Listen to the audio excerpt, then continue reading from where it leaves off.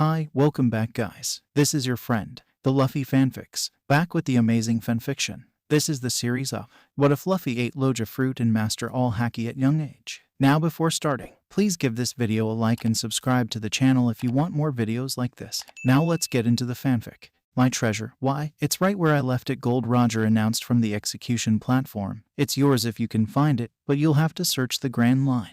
Those were the final words of Gold Roger before he was executed in front of a crowd in Logtown, although the Marines had no idea what this would to the next generation. The last words of Gold Roger created the great age of piracy as many set out to find Roger's treasure, the One Piece. 12 years later, a strange thing happened. 12 years after the death of Gold Roger, in a small harbor village the Red Hair Pirates docked for a year. No one would have known what happened that year if it wasn't a crew from the New World who was residing there. Hey Luffy, what are you up to now? A pirate yelled as a small boy climbed onto the figurehead of the pirate ship. A small boy with black hair and a large smile, with a white shirt with an anchor on it as well as anchor written on it. He also wore blue jean shorts and a pair of sandals. The boy with holding a large knife as he smiled at the pirates. I've had it with you guy. Now you'll have to take me seriously, Luffy yelled. This is how tough I am. Haha, a red-haired man yelled. Get it over with, whatever it is. The crew watched as the small boy stabbed the knife just under his left eye, shocking the crew as he screamed out in pain.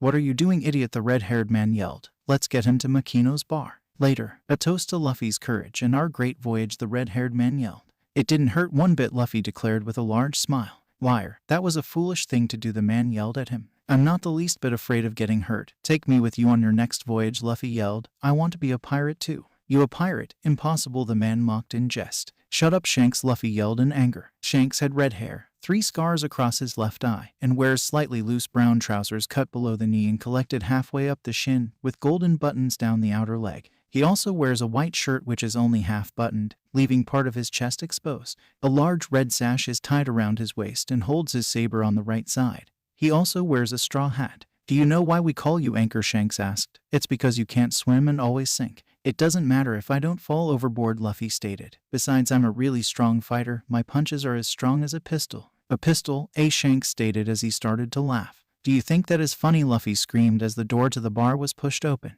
So you call yourself pirates, huh? A man stated in disgust as he walked through the bar. This is the first time I've seen pirates and you're a sorry bunch. We're mountain bandits, the man said to Makino. Oh, don't wet yourself. We're not here to bust the place. Just sell us 10 barrels of grog and we'll injure only the bare minimum. I'm sorry, we just ran out of liquor, Makino told in man in fear.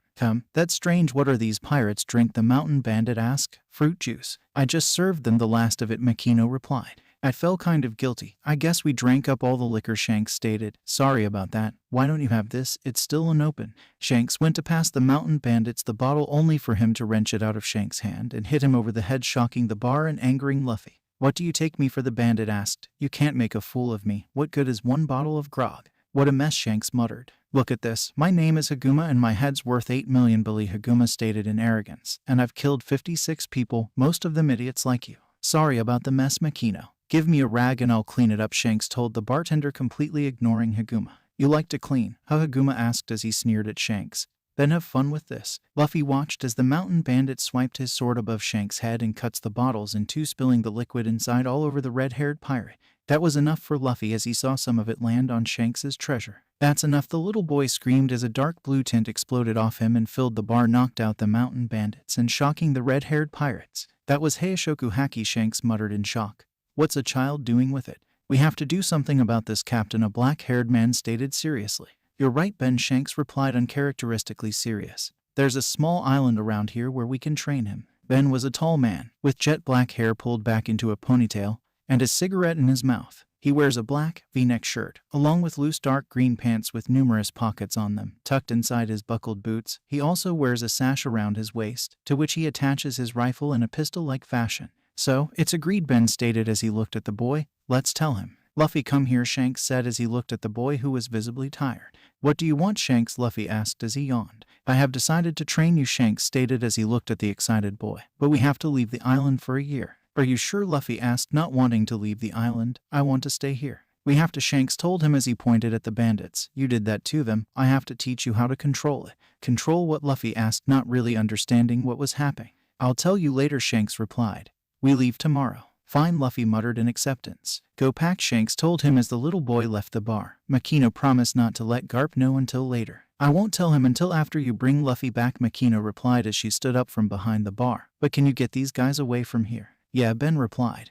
We'll put them in a boat and push them out to sea. The next day. Are you ready, Luffy? Shanks asked as he smiled at the little boy. We will be gone for a year. I am, Luffy replied with a smile. Let's go. Fine, Shanks muttered with a smile as he rubbed the boy's head. I'll tell you what you did when we get to the island.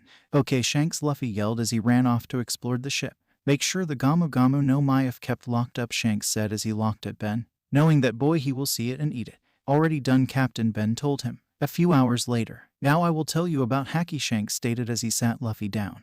Haki is a power that lies dormant in all the world's creatures, presence, fighting spirit, and intimidation. It is not different from the things that humans can naturally sense, such as the act of not doubting. That is strength. Huh, Luffy muttered as he looked at Shanks, who only laughed at him. It's just something that someone once told me. No, there is 3 different types of Haki, Shanks stated. Kenbenshoku Haki, which grants users a 6th sense of the world around them and limited precognitive abilities.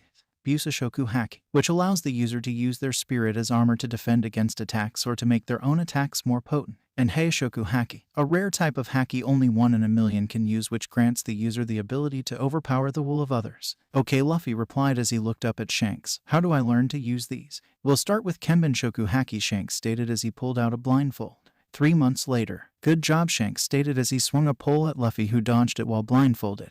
Keep working on this and maybe you'll catch up to me. Thanks, Shanks, Luffy said with a giant smile. What's next? Busashoku Haki, Shanks stated as he coated his hand in black. Let's start. 3 months later. Shanks watched as Luffy punched the tree with his hand coated in black. He smiled as the little boy broke the tree with a single punch. He walked up to the boy who he had seen grow over the last year and a half with a smile on his face as he rubbed the boy's hair. Good job, Luffy, Shanks said in pride. I'm happy with how far you've come. It's all thanks to you, Luffy replied with a smile. I don't think I could have done it without you. No worries, brat, Shanks stated. Now on to the hardest part, Heishoku Haki, the manifestation of willpower. Luffy just smiled at Shanks when he heard that. This was the part he was looking forward to. Shanks had been telling him stories of paradise and the new world ever since they arrived on the island, and he was looking forward to setting out. Shanks also told him about his old captain, Gul D. Roger, the former pirate king, and Luffy knew what he wanted to do when he was older. He wanted to be the pirate king. 3 months later. Luffy smiled as he was surrounded by the red-haired pirates and the wildlife of the island. Luffy let out a burst of his Heishoku Haki and knocked out the wildlife on the island, and also caused some of the red-haired pirates to be shocked at the level of control and power the boy had.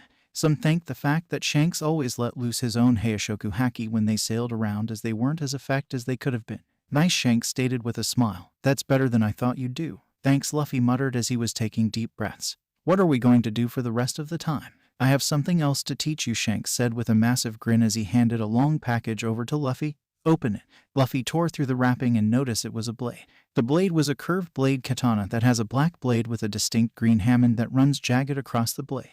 The tsuba is green and is in the figure of a cross. The hilt is wrapped in black with a green clasp and has a green kashira pommel. This blade has a black sheath with the pattern of diamonds and green running down it. It also has a kajiri end cap in green. Its name is Stormbringer, and it's one of the 21 Owazamano grade swords, Shanks told him. Cool, Luffy yelled in awe as he looked at the blade. Where'd you get this? We found this in paradise, Shanks told him. Maybe one day you'll find something there as well. Like a devil fruit, Luffy asked. Of course, Shanks replied, although you'll live up to the name Anchor if you eat it. Shut up, tomato hair, Luffy yelled in frustration. Now let's train. All right, Shanks replied with a grin. Let's go. 3 months later. It's time to go home, Luffy, Shanks yelled as he watched Luffy run through the motions with his blade. I'll drop you there and then I'll have to head back to the new world. All right, Shanks, Luffy yelled as he ran towards the ship. Let's go home. Little brat, Shanks muttered. I'll miss him. A few hours later. It's time, brat, Shanks told him with a grin, although you can always join my crew. No way, Luffy yelled. I'm going to get my own crew and they will be even stronger than yours, and 10 I will become the pirate king. Ha, what a dream, Shanks stated with a large grin. Then there's one more thing to do. What? Luffy asked in surprise. This, Shanks replied as he placed his straw hat on Luffy's head. Give this back to me when you fulfill your dream. I'll see you at the top. I'll see you there, Shanks, Luffy yelled back with a large grin. Luffy, Mayor Whoop Slap yelled. You're finally back. Mayor Whoop Slap has a cleft chin, wears oval glasses, and has a mustache and a beard. He wears simple clothes and a hat and has a walking cane. Whoop Slap, Luffy yelled back. I had so much fun. I'm sure you did, the mayor replied. You can tell your Gramps about it in 2 months. Grandpa Garp is coming here, Luffy yelled in fear. Why? Because I told him where you've been, the mayor replied. Hopefully he will turn you into a good marine. Moves list. Heishoku Haki. Busashoku Haki, Armament Haki, Kenbenshoku Haki, Observation Haki, Wazamano grade swords, great grade swords. It had been 2 months since Luffy had last seen Shanks and heard his Gramps was coming to the island. As much as he loved his Gramps, he was also frightened by the man and his fist of love, and he knew that he was going to become harder to deal with once he found out that Luffy no wanted to be the Pirate King. Ever since Shanks had left, Luffy continued his training on the island. The forests around the village had plenty of wild animals to test his skills on, and he continued his sword training. But that was all going to come to an end the day he heard that his grandpa was coming. He quickly headed into the forest, hoping that Garp wouldn't find him. His hopes came crashing down as he looked out from his hiding spot and saw an old man. Monkey D. Garp was a tall, tanned, broad-chested, muscular old man. He has a beard and a scar over his left eye. He has blue eyes and gray hair. He wears a white suit with a dark blue formal shirt and light blue tie. Over the top he wears an Vice Admiral cloak that has black and red shoulder pads. Gramps, Luffy stated, "I didn't do anything."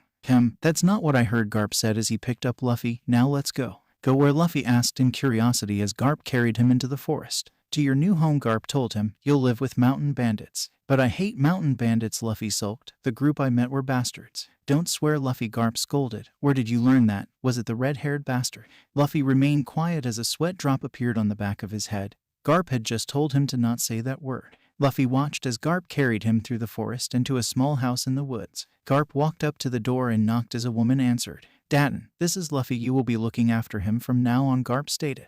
Daden is a rather tall and overweight woman with long, orange, curly hair and a big, masculine face. She wears a white collar shirt, a pink beaded necklace, checkered trousers held up with a large belt, and heeled boots. "I won't," Daden shouted. "I already have Ace to look after." "You will or I'll take you to Impel Down," Garp warned. "Fine," Daden stated. "I'll do it, but he has to hunt for his own food." "Good," Garp replied. "Where's Ace?" "He's around here somewhere," Daden replied. "He's there," Luffy said as he pointed at a young boy. Ace was a young boy with shaggy black hair and freckles. He wore an orange singlet, yellow shorts, and black shoes. He also had an angry expression on his face. "Oi, Ace," Garp yelled. "Come over here and meet your younger brother." "Go away, Gramps," Ace shouted back, but eventually walked over to the man. "Who's this?" "I'm Monkey D. Luffy told him. "Future Pirate King." "Shut up," Ace stated as he glared at Luffy. "Both of you are going to be Marines," Garp stated as he gave a fist of love to Luffy. "No way," Luffy yelled back in frustration. "You are," Garp yelled back, "and you know what I am going to train you in the way of the Marines." "No," Luffy stated in defiance. "I'll never be a Marine," Ace stated as well, "and I have better things to do." "Training starts now," Garp yelled as he picked the two boys up and carried them into the forest. "Let's build your bodies up first." 2 months later. It had been 2 months since Garp had started to train the boys. He was impressed with their progress and was surprised at the red-haired brat's training methods. Luffy was pushing his body hard, as was Ace and his new grandchild Sabo. Sabo had round eyes, a missing tooth, and short curly blonde hair. He wore a large black top hat with a pair of blue goggles wrapped around it, a blue jacket with the sleeves rolled up, a cravat, and a pair of light blue cyan shorts held up by a belt with an elaborate flower design buckle. Luffy had followed Ace into the forest one day and seen Ace meet Sabo. When he went to talk to them, they tied him up and talked about killing Luffy. They both ended up deciding against it and untied Luffy, who they quickly befriended and soon entered a brotherhood with. This was mostly due to their hate of Garp's training and spending so much time together. They had also moved out of Daden's place and were living by themselves. "Good job, boys," Garp yelled as he entered the clearing. "Now it's time for me to teach you guys your first technique, the Soro." 1 month later. It had only been a month since Garp began teaching the boys Soro, and he was surprised with their progress. Luffy had come the furthest, then Sabo, and finally Ace. He was happy with how quickly the boys were developing and was looking forward to seeing how strong they would be after his training. "Good job," Garp stated as he watched them. "The next move I will be teaching you is the Tekai." The boys watched as Garp showed them the Tekai and were shocked at what they saw. Nothing could harm him. They quickly rushed up to him asking to learn how to do it, with Sabo being the only one thinking about the weaknesses. 1 month later. It had been a painful month for the boys as they had to deal with Garp punching them until they got some control over the Tekai. Sabo was the first to make a breakthrough, then Ace, and finally Luffy. Luffy and Ace had trouble staying still for the attack and therefore took the longest to get the basics down. "Good," Garp stated as he watched the boys. "Now onto the Jeppo." Garp demonstrated the Jeppo and began walking on the air, shocking the boys and causing them to watch in awe. He ordered the boys to do as he did and watched on as they attempted the technique. 2 months later. Ace was walking above the trees watching Sabo and Luffy just below him before he had to drop to the ground as his Gramps shouted at him as he walked into the clearing. Garp congratulated the boys on their progress and decided to show them the next technique, Kami-E. 2 months later. Garp watched as Luffy and Ace attacked Sabo, and he used Kami to dodge all the attacks. Garp was surprised at the boys and knew they would make good Marines if they wanted to be. Over the past few months, he had grown more attached to the boys than he thought possible. He decided it was time to teach the boys one of the final 2 attacks, Rankyaku. 2 months later, Luffy had surprised Garp over the last 10 months. He had picked up the techniques quicker than most, and when he matured he would be a beast with them. He called an end to their training and decided it was time to tell them about the last technique, the deadliest, the Shigen. He warned them about using the technique and told them it was to only be used in the most dire of situations. He then showed them the technique, causing them all to have stars in their eyes. 1 month later, Garp was shocked as Luffy got the technique down in a month. It wasn't mastered, but it was usable. Garp decided that he could show Luffy the real final technique, the Rokushiki. He sent Luffy further into the forest to practice and helped the other boys refine their techniques. 1 month later, it had been 1 year since Garp had arrived on the island, and he knew he had to get back to his post as Vice Admiral. He looked down on the boys with a triumphant grin as he remembered the boys' development over the past year. He was on his ship as he waved at them and yelled at them to become great Marine. I know the 3 of you aren't going to become Marines, Garp thought, but at least when you set out on your journeys you will be prepared, especially you Ace and Luffy. If your heritage becomes known you will be targeted. Move list: Soru, Shave; Tekai, Iron Body; Jeppo, Moonwalk; Kami, Paper Art; Rankyaku, Tempest Kick; Shigen, Finger Pistol; Rokushiki, 6 King Gun. It had been 7 years since Garp had stopped training. Since then Luffy had gone through some good time and some bad times. Soon after Garp left, Sabo was kidnapped by his family and Luffy was nearly killed. In order to save his brothers, Sabo attempted to set sail only to be killed by one of the celestial dragons who was visiting the nearby Goa kingdom. After this, Ace and Luffy grew even closer, with Ace becoming an overprotective brother and both of them pushing themselves to the limit. Ace had set off on his own journey 3 years ago when he was 17. From what Luffy had heard, Ace had made a name for himself. He was going by Fire Fist Ace and had a bounty of 550 million bully on his head, a bounty Luffy planned to surpass. He was saying goodbye to the villagers as he stepped onto his small dingy. He noticed Daden and the rest of the mountain bandits crying behind a building and smiled. He may not like mountain bandits, but he liked them. They were his family after all. Luffy was looking forward to sailing on the Grand Line after all the stories Shanks had told him. But he knew he shouldn't rush it. He knew that he needed some strong crew members. A lot had changed since Garp left. Luffy had grown to 6 foot tall and has short, messy black hair. He has a scar with 2 stitches underneath his left eye and wears short, blue trousers with cuffs, sandals, and a sleeveless red vest. He also has his straw hat on his head and wears a red sash around his waist which holds his blade, the Stormbringer. Goodbye, Fushia village, Luffy yelled as he left the small dock attached to the village. As Luffy set out from the village, a sea monster arose from the ocean, but with one look from Luffy it quickly went back under the water. Luffy continued to sail until he came across a whirlpool and realized that no matter how hard he tried to steer the small fishing boat away from the whirlpool, it just kept getting closer. So, with a shrug of his shoulders, Luffy took to the sky with Jeppo and started to use his Kenbenshoku Haki to locate somewhere he could land. It didn't take long for the boy with the straw hat to find a nearby cruise ship. He landed on the deck and noticed their panicked looks as they looked out at the sea. He looked in the direction they were all looking at and noticed a pirate ship heading towards the cruise ship. He smiled as he noticed the Jolly Roger on the ship, a skull depicted sideways that has a pink heart on it and the crossbones behind it. He knew who sailed under that flag: Iron Mace Alvida, who has a 5 million bully bounty. He was happy that Shanks had told him to keep an eye on the bounties in the East Blue, as he knew who his crew should watch out for, and this is one he didn't really have to worry about. It didn't take long for Alvida's ship to arrive next to the cruise ship and her pirates start to board the cruise ship. Luffy quickly jumped into action and quickly hooked the first pirate that boarded the ship, knocking the man out cold. He continued on to the second man, who stepped foot on the boat and delivered a blow to his stomach that sent him flying back and knocked some of the men off the platform behind him. Luffy smiled as all the men charged him at once.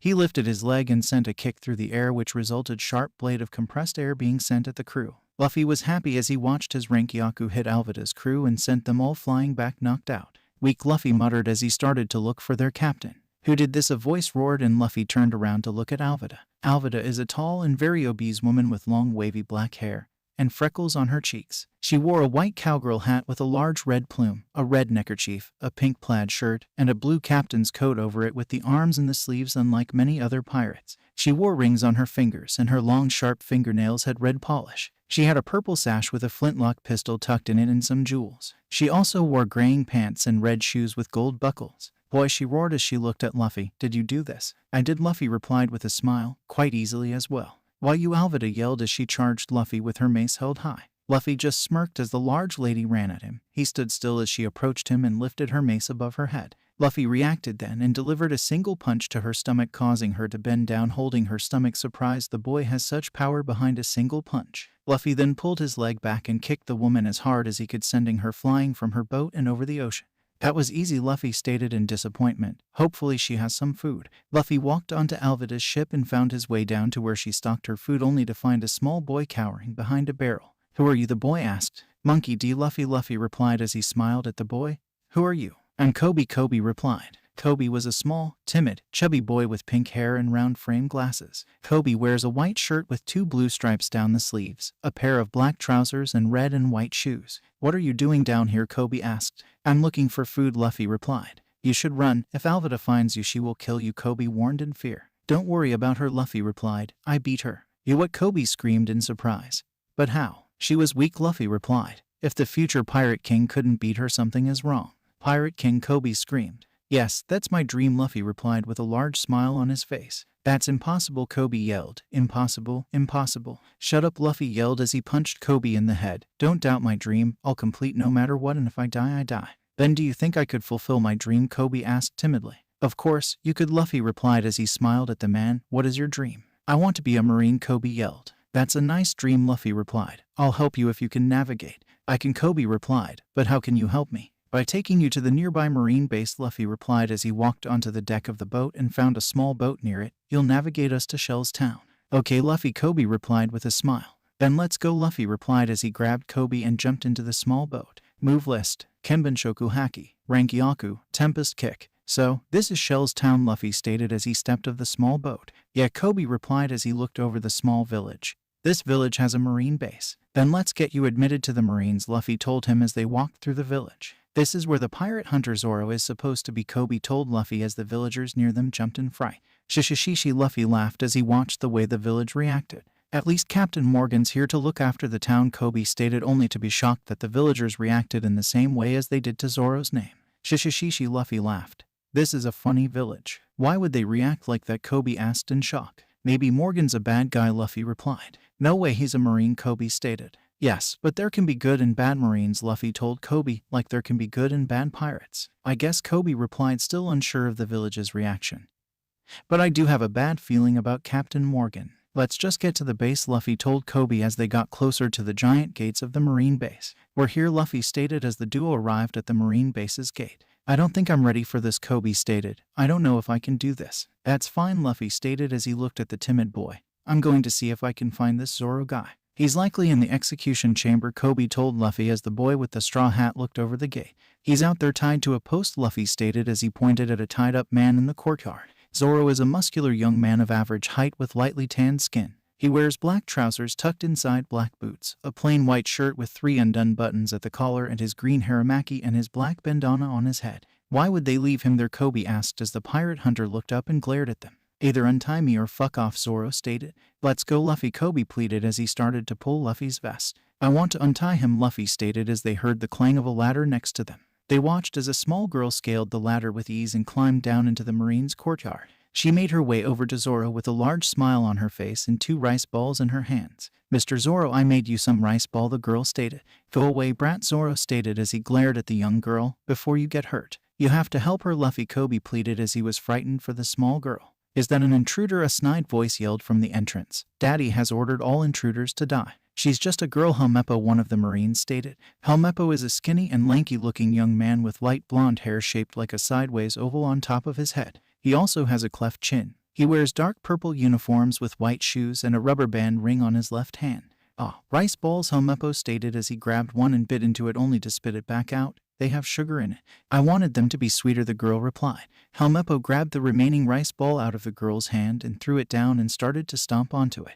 Throw her out, Helmeppo ordered one of the guards, or I'll tell Daddy. Tuck into a ball, the Marine told the girl as he picked her up and threw her over the wall. Jeppo, Luffy muttered as he jumped into the air and used the technique to catch the girl. I'm surprised you lasted this long, Helmeppo stated snidely to Zoro. If you can keep it up for the month, I'll let you go. Zoro just gritted his teeth as Helmeppo and the 2 guards left him. He noticed the young man he saw before jumping the wall and advancing towards him. So, you're the pirate hunter, Luffy asked as he looked at the man. Join my crew. No way, Zoro replied. I won't become a pirate. Why, Luffy asked. Because I have a dream and become a pirate isn't part of that dream, Zoro stated passionately. What's your dream? Luffy asked in curiosity. I'm going to become the world's strongest swordsman, Zoro replied fiercely. You'd be perfect for my crew, Luffy replied. After all, the Pirate King should have the world's strongest swordsman in his crew. Pirate King, Zoro muttered. Can you feed me that rice ball? It's mostly dirt now, Luffy stated, although he picked it up and feed it to the man. Tell her it was delicious, Zoro replied. You're not so bad, Luffy replied with a smile as he left the base. Later, he really told you it was delicious, the girl asked.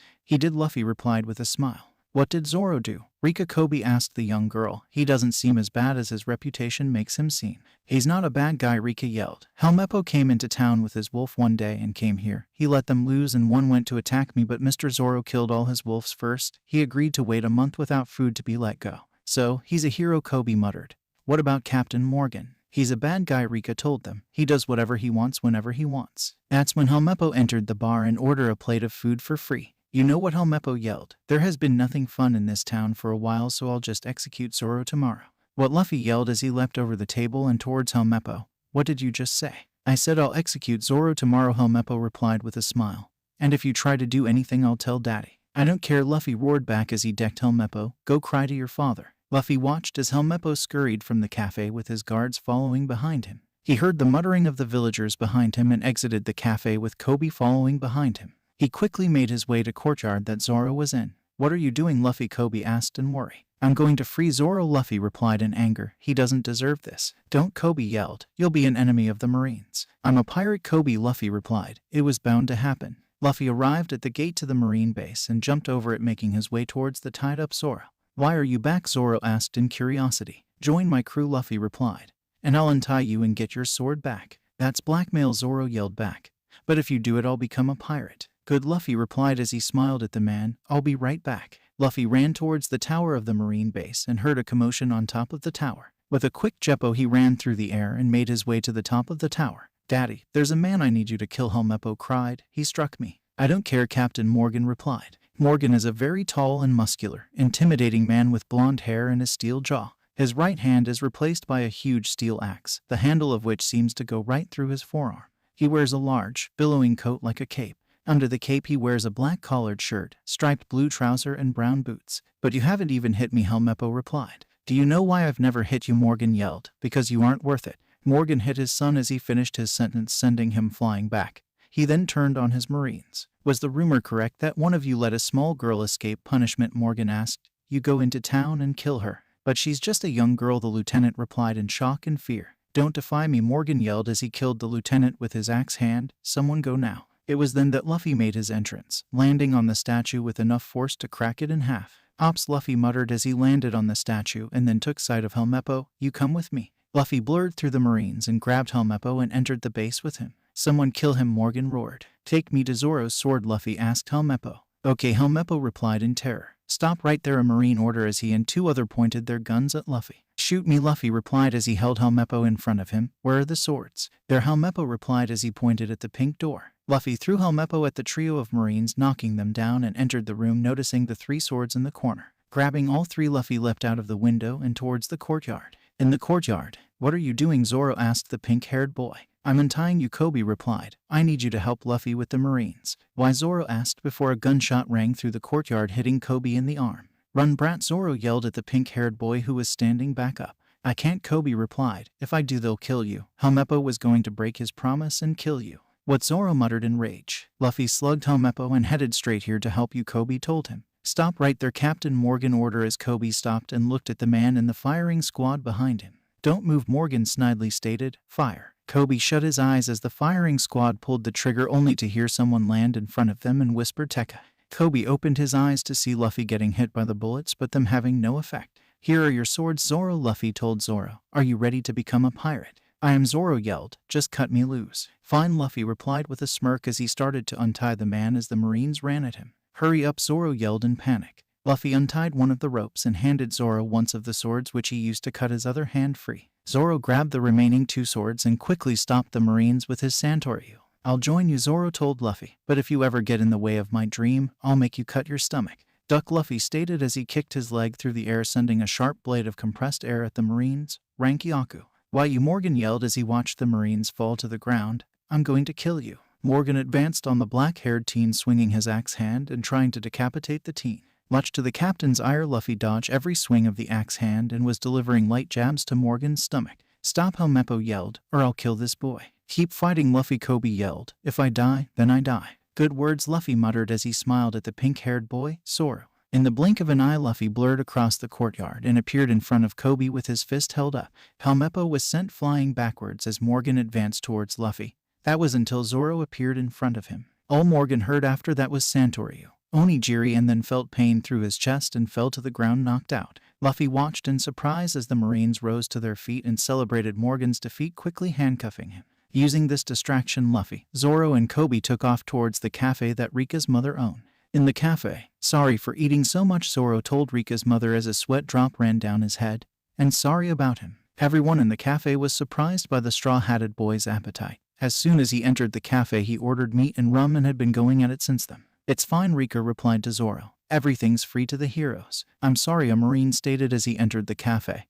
"But are you pirates?" "We are," Luffy replied. "Then I have to ask you to leave," the Marine told them. "But as a favor to you, I won't report you to the Marine headquarters." "Fine," Luffy replied as he stood up and left the cafe with Zoro. "Hold on," the Marine yelled out. "Isn't he with you?" "No, he's not," Luffy replied. "But I can tell you who he was with." "No," Kobe yelled as he got out of his seat and punched Luffy. "You'll regret that," Luffy muttered, and he punched Kobe to the ground and continued the onslaught. "Stop, pirate," the Marine ordered. "I see you aren't friends." "Luffy's still helping me," Kobe thought. "I have to stand up for myself." "I want to join the Marines," Kobe yelled with determination in his voice. "And I don't care what you think, but I will be a great Marine." "Fine," the Marine who was the leader replied. "But don't expect it to be easy." Luffy's boat. Luffy and Zoro were setting out from Shell's town when they heard a yell from behind them. "Thank you, Luffy," Kobe yelled. "I'll see you again." As Kobe yelled out to the pirates, the Marines of the town appeared behind him and saluted the saviors of their town. "I'll see you again as well, Kobe," Luffy yelled back with a large smile. Move list: Jeppo, Moonwalk; Tekai, Iron Body; Rankyaku, Tempest Kick; Soru, Shave; Santoryu, Onigiri, Three Sword Style, Oni Cutter. "We're lost," Zoro stated, "and out of food." "I know," Luffy replied as he looked up. "There's a bird." "Can we eat it?" Zoro asked. "I think so," Luffy said as he looked up at the bird. "Wait here." "Jeppo," Luffy muttered as he took to the air after the bird. The problem with Luffy's plan was that he didn't think about how big the bird was. The closer he got to it, the larger the bird got until he reached it and realized the bird was bigger than his boat. He went to drop back down to Zoro, but ran into a problem when the bird opened its mouth and caught Luffy's head. "That idiot!" Zoro yelled as he started to row after the bird. Zoro continued to row after the bird until he heard shouts from the ocean in front of him. He looked out and saw 3 pirates floating in the water. "Stop!" one yelled out. "I'm chasing someone, you jump!" and Zoro yelled back. As he passed the 3 pirates, they jumped into the boat and then smirked at Zoro. They quickly lunged forwards only to be quickly dealt with and to end up rowing the boat for Zoro. They apologized to him, telling him they didn't realize who he was. They then told him their story. They were going back to Orange Town but came across a stranded woman. The woman promised them her treasure if they gave her some food and water. They agreed and boarded her ship to get the treasure, only to open the chest and see nothing was inside. As they rounded on her, they noticed she was on their ship and was sailing away. As they began to set out for her, a lightning bolt hit the ship, causing it to sink and her to get away. As they recounted the story, Zoro thought that the woman who did that must be an excellent navigator to know of a storm like that and get away from it. He listened as the men promised revenge on the woman if they ever saw her again. They then entered the dock in Orange Town and set off towards their captain. With Luffy. Luffy was still being carried by the giant bird. He looked down and noticed a town underneath him. With a quick punch to the eye, the bird opened its beak and Luffy fell to the ground, landing between 3 pirates and a woman. "Boss," the girl yelled. "These men are attacking me." "Boss," Luffy muttered in confusion as he watched the woman run away. "Did you hear that?" one of the pirates said. She called him boss. "Yeah. If we take his head back to Buggy, we should be fine," the second pirate stated. The third pirate stepped forward and threw a punch at Luffy, who lazily stepped out of the way. But the problem was that he didn't step back far enough as the pirate knocked the straw hat off his head. A dark aura filled the area they were in and the pirates instantly knew they make a mistake. Luffy bent down and picked the straw hat up and placed it back on his head. "Don't touch my treasure," Luffy gritted out. In an instant, Luffy dashed at the first pirate, and before he could react, he buried his first in the man's stomach, knocking him out instantly. He dashed towards the second pirate and delivered a kick to the second pirate's head, sending him flying back into a house and puts him out for the count. The third pirate starts to stumble back in fear as Luffy advanced on him. Luffy threw out a viscous punch that sent the man flying back and knocked him out cold. "That's impressive," the girl stated. "I'm Nami, a thief that specializes in robbing pirates." "I'm Monkey D. Luffy," Luffy replied. "And do you mind telling me why you sent these men after me?" They were going to kill me, Nami told him. Let me take you somewhere to eat and we'll talk more there. Fine, Luffy muttered as he followed the orange-haired girl into a house. Nami is a slim young woman of average height, with short orange hair with a particularly curled strand over the left side of her face and brown eyes. She wears an orange mini-skirt with 2 white rings on each side filled in with orange in their centers and a white shirt with short sleeves reaching halfway down to her elbow. That has blue stripes on it. So why were they chasing you? Luffy asked in curiosity. I stole a map of the entrance to the Grand Line from the buggy pirates, Nami replied with a smile. They weren't very happy about. So, you're a navigator? Luffy asked. Yes, I am, Nami replied. I'm the best navigator in the East Blue. Then join my crew, Luffy replied as he smiled at the woman. Crew, Nami whispers, as in a pirate crew. Of course, Luffy replied. I hate pirates, Nami yelled in anger. Then how about a partnership? Luffy asked. Fine, but I'll only sail with you until I have completed my goal, Nami told him. I have an idea. In an instant, Nami pulled out some rope and tied up Luffy. I'll pretend to hand you over to Buggy, then beat them from the inside, Nami told him. You really think that will work? Luffy asked as the orange-haired girl nodded. Then let's see how this goes. The bar. Luffy and Nami arrived outside the bar that the buggy pirates were staying in. Captain Buggy, the girl who stole the maps here, a pirate yelled. What? Buggy yelled as he appeared outside the bar. Buggy is a slim, yet muscular man with blue hair that comes out the top of his pirate hat. His appearance resembles a clown as he has a big red nose. His face is covered in makeup. That results in him having crossbones going down his face forming an X, has 2 blue lines near both of his eyes and red lipstick. He wears a striped white and red shirt with short sleeves, white gloves, a sash around his waist and a pair of loose pants reaching his calves, just above a pair of striped socks and pointy shoes. He also wears a scarf around his neck. Hanging from his shoulders there is an orange, fur-lined captain's coat. On his head, he has an orange hat with his Jolly Roger on it, over a bandana with the same pattern of his shirt. Buggy, I am here to join your crew, Nami announced. I've seen how incompetent my former boss is and I decided I needed better. Fine then, Buggy replied. Men, put the brat in a cage and let's party for our new crewmate Nami. Later, the party had been going for a few hours and Luffy was getting hungry when he noticed a cannon pointing at him. Nami, I want you to kill your former boss to prove your loyalty, Buggy announced. Nami was surprised and put off by the request but slowly walked towards the cannon. She was handed a match to lit the cannon with as she got close. Light it, Buggy ordered. Do it, Luffy yelled. Prove your conviction. By killing you, Nami replied.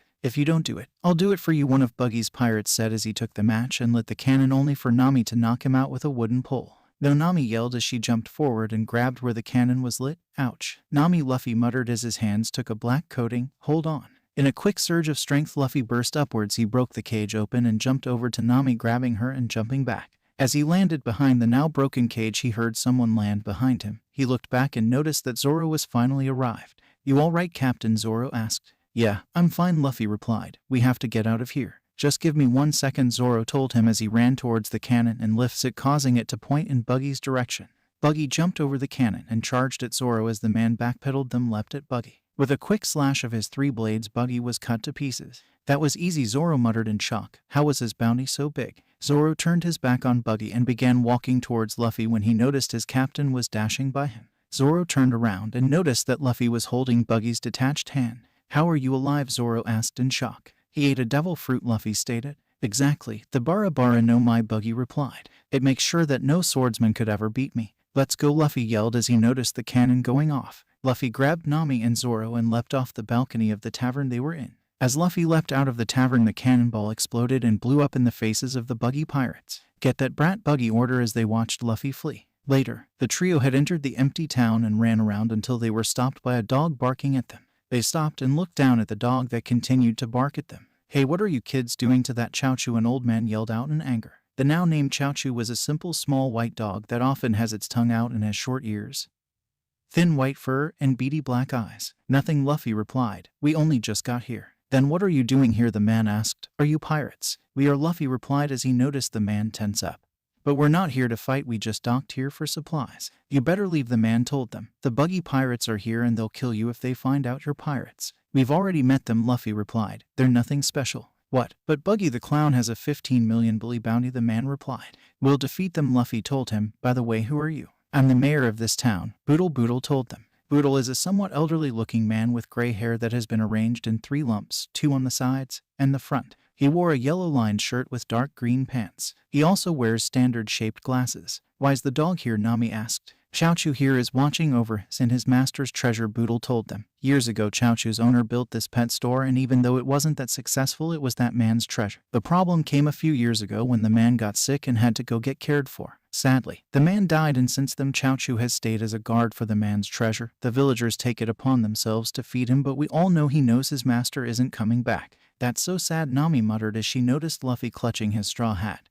This is what you pirates do, you bring destruction wherever you go. There are good pirates and bad pirates, Luffy replied. Ha ha ha, a man chuckled. So these are the brat Captain Buggy sent me after. Who are you, Nami asked in fear. I am Moji the Beast Tamer, and I'm the first mate of the Buggy Pirates, Moji told them. Moji was sitting on a lion. He had white fur-like hair that made him look like a teddy bear. The fur covered his shoulders and chest as well as his upper back. He wore blue trousers with a yellow sash around his waist. This is Richie, Moji told them. Richie is a large lion who shows a fierce expression. He has scarlet-red scary eyes and has golden-brown fur and a pink mane. So, you like the pet store? Moji asked as he noticed the way Richie was looking at the store. Let's get you some food. Stay away from the store, Luffy stated as a fierce aura came off him. That store is Chaochu's treasure. Treasure, Moji mocked. That store is just food for Richie. Zoro, follow Nami, Luffy ordered as he watched the woman bail with Boodle. Richie attacked that straw-hatted boy, Moji ordered as the lion leapt forth but stopped. Richie looked over to the pet store and started to walk towards it. The lion stopped as Chaochu attempted to stop the lion. The lion lifted its paw and went to hit the dog away, only to be stopped by Luffy holding the paw back. Luffy picked up the lion and threw it away from Chaochu. He advanced towards Richie and reared back his fish before punching Richie in the nose, sending him flying away without Moji. How, Moji muttered as he fell on his ass. How are you so strong? Luffy didn't reply as he dashed at Moji and kicked the man in the head, sending him flying after Richie. How did you do that? Boodle asked as he walked towards the strange boy. I told you we would beat them, Luffy replied. Zoro and Nami, let's go. I'm coming to, Boodle announces. No, you're not, Luffy replied. But I'm the mayor. I'm coming, Boodle replied, only to fall over unconscious. What happened? Nami asked in shock. I'll tell you later, Luffy replied as he walked towards the bar Buggy was in, but it was for the best. It didn't take long for the trio to arrive at the doorstep to the tavern Buggy was in. If this was the man that Shanks had stories about, Luffy knew how to get his attention. Oi, Big Nose, get out here, Luffy yelled. What? Buggy yelled as he burst out of the tavern. What did you call me? I said you have a big nose, Luffy replied. That's it, Buggy yelled in anger. Fire the Buggy ball. Luffy watched as a cannon was pointed at them and a red cannonball placed in it. The cannon was then fired at the trio. Luffy caught the cannonball and launched it back at the tavern. The cannonball entered the tavern and blew up. When the smoke died down, it revealed two men still standing, Buggy and one other man. Kabaji, kill them, Buggy ordered in frustration. Kabaji is a tall, slender man with a unique hairstyle that covers half of his face. It is long on one side and a parallel shaved design on the other. His hair is light green where it is shaved and dark green where it is longer. He wears a large blue and white checkered scarf that covers the lower portion of his face, a sleeveless brown coat reaching down to his knees, white pants larger near the end and held up by a light blue sash, and white shoes. Kabaji rode his unicycle at the trio with his sword drawn, only to be blocked by Zoro. If you're a swordsman, I'll be your opponent, Zoro told him with a smirk. Iror Noa, Zoro, Kabaji stated. Killing you will bolster my reputation. That's if you can, Zoro replied with a smirk. Kyokyugi, Kaji Oyaji, Kabaji announced as he spat out a stream of flame into Zoro's face. Zoro brought his hands to his face for protection from the flames, so Kabaji kicked the green-haired man in the ribs. Zoro was frustrated at leaving himself open and at getting caught by such a circus trick. Kyokyugi, Ikamuri Satsujin Jiken, Kabaji yelled as he spun around in a circle, causing dust to cover the battlefield. Luffy watched the battle when he noticed something was off. Looking at Buggy, he noticed the man's hand was gone.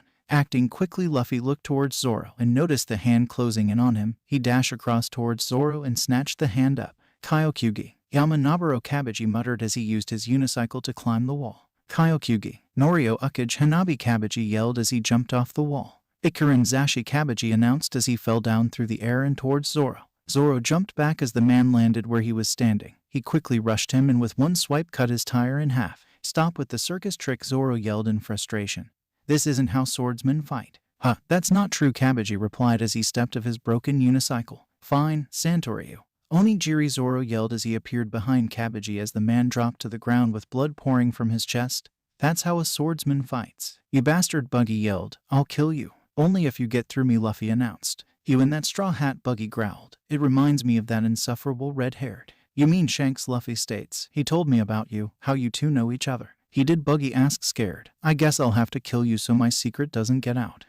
I guess I'll fight you then, Luffy replied as he drew Stormbringer from its sheath. You think a sword can beat me? Buggy mocked. I know it can, Luffy replied as he coated it with Busashoku Haki. Luffy charged Buggy and with a simple swipe cut Buggy across the chest, shocking the clown who jumped back. How do you know how to use Haki? Buggy asked. Was it that insufferable bastard? I trained under him for a year, Luffy replied with a smirk. That's why I know Haki and about you. That bastard, Buggy roared. While the exchange was happening between the clown and the straw-hatted boy, Nami snuck around the battle and raided Buggy's treasure. Taking everything from the room, Nami left with 2 bags full, resulting in her being 1 million Billy richer. What are you doing? Buggy roared as he noticed the orange-haired girl stealing his treasure. Get back here. Buggy rushed Nami and attempted to attack her, only for Luffy to appear in between them, glaring at the clown. Nami, get to safety, Luffy muttered as he sheathed Stormbringer. Buggy, this fight is between us. Only if you can get me, Buggy replied as he broke his body apart and surrounded Luffy. Noticing the situation that Luffy was in, Nami quickly jumped into action. She took both of Buggy's arms and legs and tied them down as she noticed Luffy kicking around Buggy's head and torso. Deciding that he needed his body back together, Buggy attempted to bring his body back together, only to realize that only his head, torso, and feet. What happened to my body? Buggy roared in frustration. Bye, Buggy, Luffy yelled as he leapt towards Buggy and punched him in the chest, sending him flying away. Good job, Luffy, Zoro muttered as he looked over Luffy's blade. But you have to show me how you cut him at some stage. I will, Luffy replied with a grin. Let's go. I'm staying with you, Nami yelled as she handed him the map of the Grand Line. We will be partners for the time being. Now carry this bag. The trio starts to walk towards the dock where their boat is, only to walk into the villagers surrounding the mayor in a panic. You three, one asked. Who did this? I did, Luffy replied as the other two glared at him. What? One of the villagers yelled. Get them, another yelled as they started to chase the fleeing trio. The trio started to run through alleyways to escape the villagers, only to run into a barking Chowchu. The dog let them pass but stopped the villagers from chasing. When the villagers stopped, they were shocked to see Boodle rush by them. The mayor reached the dock just in time to see the trio set out and a bad left next to him. Thank you, Boodle yelled out in happiness. Thank you for everything. Luffy, Nami asked. Where's that other bag? I left it there, Luffy replied. They need it to rebuild. Don't do that, Nami yelled as she whacked Luffy. Don't ever give my money away. Okay, Luffy muttered with a frown. Move list. Kyokyugi, Kaji Oyanji, Acrobatics. Old Man's Flame, Kyokyugi. Ikumiri Satsujin Jiken, Acrobatics. Murder Case in the Hot Spring Steam, Kyokyugi. Yama Naburo, Acrobatics. Climbing the Mountain,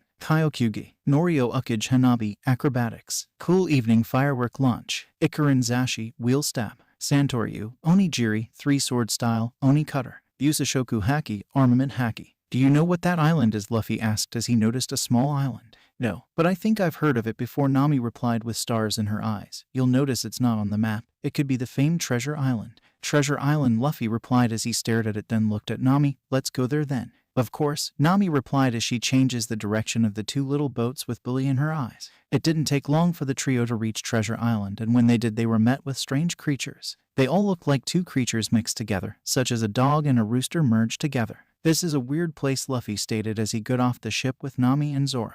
Maybe we should leave, Nami muttered in fear. This place seems dangerous. We'll be fine, Zoro stated lazily. Get out, a voice yelled. Get off this island. Who's there? Luffy asked. God, the voice replied. Now get off this island. Let's keep going, Luffy said as he heard the cocking of a gun. Get down. The 3 straw hats hit the ground as a bullet flew over their heads. Luffy got up and ran into the forest, finding a green shrub running away. He grabbed the shrubs and threw it back to where Nami and Zoro were standing. That hurt, the shrub said. Why would you do that? You fired at me and my crew, Luffy stated as he glared at the shrub. Now who are you? I'm Gaiman, the shrub replied in fear. Gaiman has a green afro hairstyle, a black beard, a chubby face and a big mouth. His body is struck in a treasure chest and all you can see are his feet and hands. Okay, Gaiman, what's up with these animals? Luffy asked as he looked over the strange man. I don't know. They have been like this since I've been here, Gaiman replied. How did you get stuck in the chest? Zoro asked as he eyed the man. When my crew arrived here 20 years ago, we looked for the treasure. I found a cliff that I found and then stumbled off the cliff and landed in an empty treasure chest, Gaiman told them as tears fell from his eyes. I was knocked unconscious and when I woke I realized I was stuck and my crew abandoned me. I soon bonded with the animals of the island and started to threaten anyone who came to the island. So, it's your treasure, Luffy muttered as he looked at the man sadly. I'll help you get it. You don't have to do that, Gaiman replied. It's fine, Luffy replied as he smiled at the man. Jeppo. Gaiman watched in shock as the straw-hatted boy ran through the air and making his way to the top of the giant formation. Luffy walked over to the 4 chests that were still sitting on the formation and opened them only to frown in disappointment. All of the chests were empty. The treasure that Gaiman had wanted for 20 years didn't exist. Throw them down, Luffy, Nami yelled. We don't have all day. No, Luffy yelled back. I'm not throwing them down. What do you mean, Luffy? Nami yelled back in anger. They're Gaiman's chests. We're keeping them, Luffy replied, shocking the orange-haired woman. They're empty, aren't they? Gaiman asked in sadness, just like the other island. I'm sorry, Luffy replied as he jumped off the formation and landed next to Gaiman. You're a good kid, Gaiman told Luffy. Thank you for letting me know after all this time. No worries, but you know you can join us and get off this island, Luffy replied with a large smile. It will be plenty of fun. Thank you for the offer, but I have to refuse, Gaiman told him. Although there is no treasure to protect, someone needs to stay here and look after the animals. Maybe you did find your treasure after all, Luffy said with a smile. My crew will have to leave soon, but we won't forget about. Neither will I, Gaiman replied with a smile. 2 days later. So, what did you say the next village we would be stopping at is named? Luffy asked Nami as the orange-haired woman watched the clouds. Syrup Village, Nami replied. I know that name from somewhere, Luffy muttered as they got closer to the island.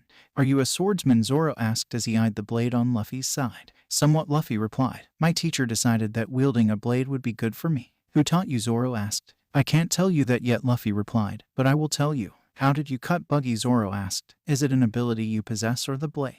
It's an ability we can all use, Luffy told him. Once we get a larger ship, I will help you learn it. Thank you, Zoro replied. Do you think we can trust the witch? For now, Luffy replied. We're arriving soon. The trio soon arrived on the shores of Syrup Village. As the three got off the boat, they started to walk forward only for a lead pallet to land in front of them. Stop, pirates, a trembling teen yelled out in fright. Or my 80 million men will kill you. The boy is a slim tan-skinned teenager with medium-length black woolly hair, prominent lips, and a long nose. He wears an olive-green plaid bandana, a blue and white striped armband on his left arm, brown overalls with a white sash and no shirt underneath. He also carries with him a yellow satchel. Shishishishi, Luffy laughed at the teen. It would be impressive if you really had 8 million men. What, the teen yelled. How did you know? Because you couldn't fit 80 million men on this island, Luffy replied. Now who are you? I am Usopp yelled, the proud captain of the Usopp pirates. You mean the 3 boys that are cowering in the bush, Nami stated with a smirk as they jumped out of the bush and cowered behind the trembling Usopp.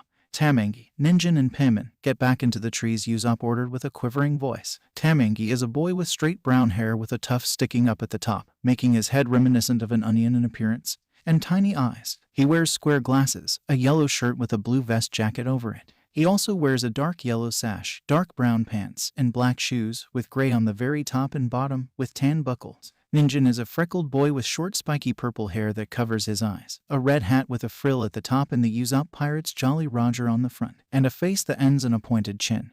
These 3 features make his head resemble a carrot. He also wears a black sweater, a reddish-brown sash, light orange pants, and dark brown shoes, with light brown on the bottom.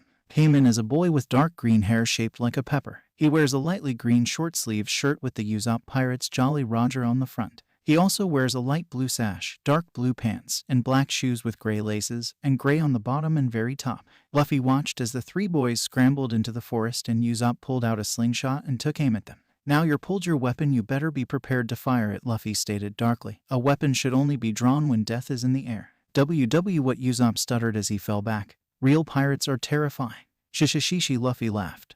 That's a line Shanks taught me. Shanks, as in the Yonko red-haired Shanks? Usopp asked in shock. How do you know him? He stopped on my island for a while, Luffy replied, not giving anything away. You're Yasop's son, right? You know my father, Usopp replied in shock. Of course, he is the sniper of the red-haired pirates, Luffy replied with a grin.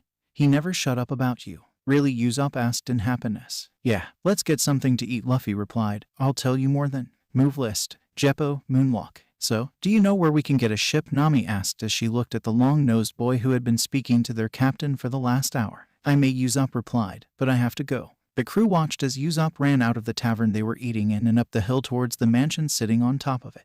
The Straw Hats finished their meal, prepared to follow him when the 3 boys from before entered with wooden swords. Where's our captain? Payman demanded. That meat was tasty, Luffy stated with a burp. You ate our captain, the boys screamed in terror as they looked at Nami. Which? We didn't do that, Nami yelled as she hit the 3 boys. Why's your captain heading towards the mansion? He goes up there to lie to Miss Kai, and Ninjin told them. That's awful, Nami stated as she stared at the 3 boys. It makes her feel better, Payman stated. She's very sick and he goes up there to make her laugh. So, he's a good person, Luffy muttered. I've decided he's going to join our crew. Don't make decisions so easily, Nami groaned. Besides, we need a ship first. I guess, but I still want him to join, Luffy muttered. Let's go. Where? Nami asked. The mansion. We're going to ask about a ship, Luffy replied with a smile. The crew followed Luffy out of the tavern and up the hill towards the large mountain. It didn't take the trio and the 3 boys long to get to the gate of the mountain. Paimon showed them the hedge that Usopp uses to get into the mansion, and they all went through it and saw Usopp standing in the tree talking to a teenage girl they could only assume was Kaya. Kaya is a slim and pale-skinned girl with blonde hair. She has wide brown eyes that are of a sort of lighter shade. She was wearing a long pink dress and held a medical journal in her hand. "What are you guys doing here?" Usopp asked in surprise. "We're looking for a ship," Luffy replied with a giant smirk. "Do you know these people?" Usopp Kaya asked softly. "Yeah, they've heard of my fame and have come to join my crew," Usopp bragged. "We have not," all three Straw Hats yelled. "Could have let me have this one," Usopp softly whispered with his head down.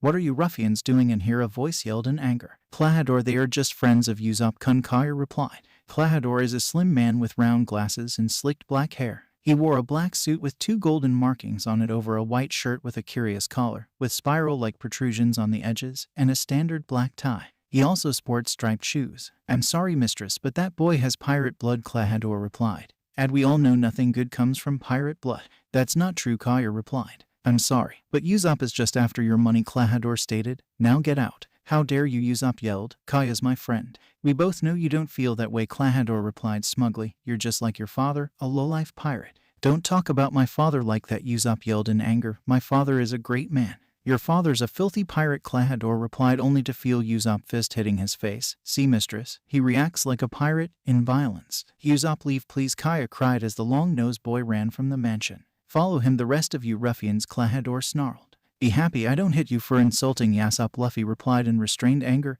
"Let's go." Luffy walked over the gate and with one leap cleared the fence and took off after the long-nosed boy. It didn't take long to find Usopp looking over a cliff. "You all right?" Luffy asked. "I'm fine," Usopp replied. "I shouldn't have done that, but Klahadore just gets under my skin." "He deserved it," Luffy replied. "He shouldn't have insulted Usopp." "I'm not going back until that butler apologizes to me," Usopp replied bitterly. "You mean that butler?" Luffy asked as he pointed at the beach beneath the cliff. "So, do you have the plan memorized, Django?" Klahadore asked. Django had a strange appearance. He had long gray hair and a stripped goatee. He wore heart-shaped glasses, a blue trench coat with discs on it, and a big hat of matching color, white shirt under his coat, and green-brown gloves. He also has light brown pants with a black belt and black shoes with big white socks. "Of course, we're just here to kill a girl and storm the village," Django replied. "Make sure she writes out her will first," Klahadore replied with frustration in his voice. Yeah, then you are forever known as Klahadore and no one remembers you were Captain Kuro," Django replied. "Don't call me that," Klahadore bit back. "You attack at dawn." "Of course," Django replied. "I guess I'll do you tomorrow." "Don't forget to make her sign that will," Klahadore replied as he walked away. "Did you hear that?" Usopp whispered. "They're going to kill Kaya." "I know," Luffy replied as he stared at where the 2 men were standing. "I've got to tell everyone," Usopp yelled as he shot up. "Wait," Luffy yelled. "Do you lie to them like you lied to us?" "I do." "Why?" Usopp asked in frustration.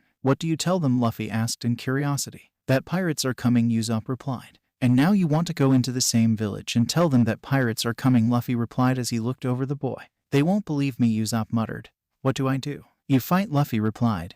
"We will help you." "Are you sure?" Usopp asked as they began walking back towards Luffy's crew. "Of course, my crew will help you defend this island," Luffy replied with a large smile. "Then you can sail with us." "What?" Usopp stated in shock. "You want me to join you?" "I do," Luffy told him. "There's my crew." "Are you sure they will agree?" Usopp asked. "They will," Luffy replied as they arrived at the crew. "Hey guys, guess who's fighting a pirate crew tomorrow?" "What?" Nami yelled. "Why would we do that?" "Because they're coming to attack the village," Luffy replied. "And it'll be plenty of fun." "But why do we have to be the ones who fight them?" Nami asked in frustration.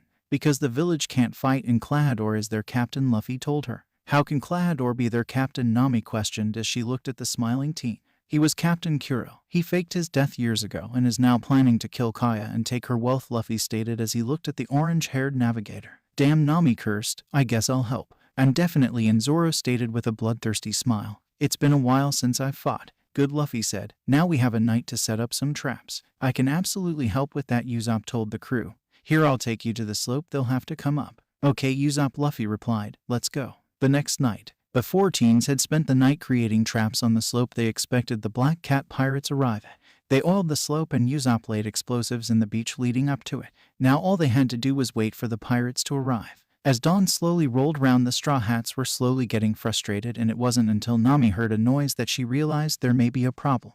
"Usopp, is this the only way onto the island?" Nami asked quickly. "No, there is another slope on the north side, but since they had their meeting here, I assumed this is where they would enter," Usopp replied, not quite getting the question.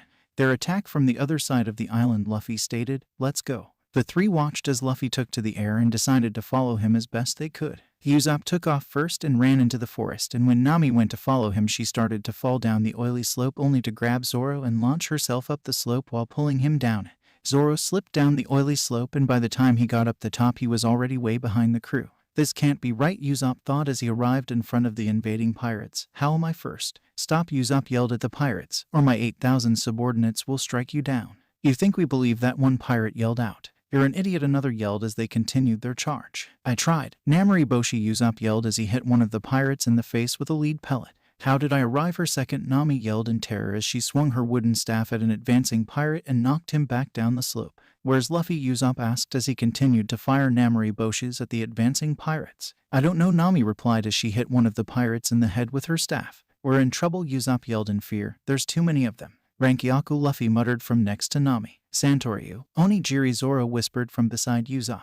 It happened the instant the two appeared by the Nami and Usopp's side. A blue blade of compressed air launched out of Luffy's leg and cut down the first and second line of pirates, and then Zoro finished the rest of with his Onigiri. Luffy, Zoro, Nami, and Usopp yelled in glee. What happened? Django muttered in fear. Look at me, fools. After I count to Django, you would be 10 times stronger. 1.2. Django. The Straw Hats were forced to watch as the Black Cat pirates they had taken out quickly rose to their feet and charged them once again. Luffy and Zoro smirked as the pirates advanced on them, and Luffy once again lifted his leg up, but this time he kicked multiple times. Rankyaku, storm, Luffy yelled as he kicked out multiple blade of compressed air and knocked out the advancing pirates. No fair, Zoro muttered as he stared at his captain. I get the freak. Fine, Luffy muttered with a smirk. Make it quick. I will, Zoro stated as he started to walk down the slope. Sham, Butchai, get out here, Django yelled in fear as two strange men jumped of the ship. The first to jump from the ship was Butchai, who is an overweight man who wears an outfit based loosely on a black and white cat.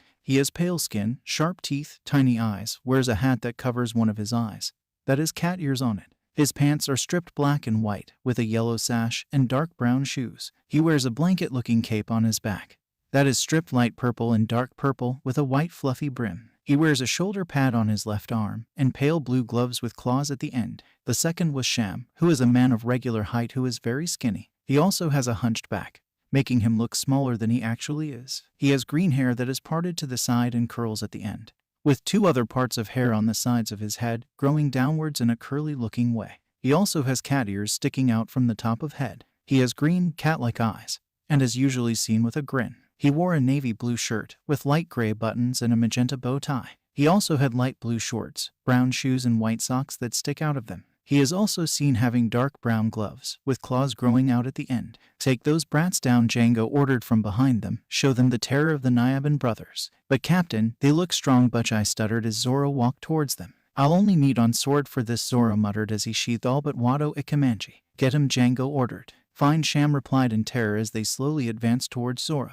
Zoro smirked as the two terrified men advanced towards him. The green-haired one was the first one to meet his blade. Zoro cut straight through him and cut him in half and advanced towards the second man when he noticed the shift in weight on his right side. Zoro pushed that out of his mind and cut down Butchai as he continued forwards. Where are my swords? Zoro muttered in anger as he looked around for them. Looking for these, Sham snarled as he threw the blades to the side. Don't throw my swords, Zoro yelled as he charged Sham. Don't forget about me, Luffy whispered from Butchai's ear, shocking the man. Luffy kicked the fat man forward and chased after him as he pulled out his blade. Flame slash, Luffy roared as he enhanced his blade with Haki and swung it at speeds that caused it to catch fire. Luffy sheathed his sword as he walked away from the burnt Butchai.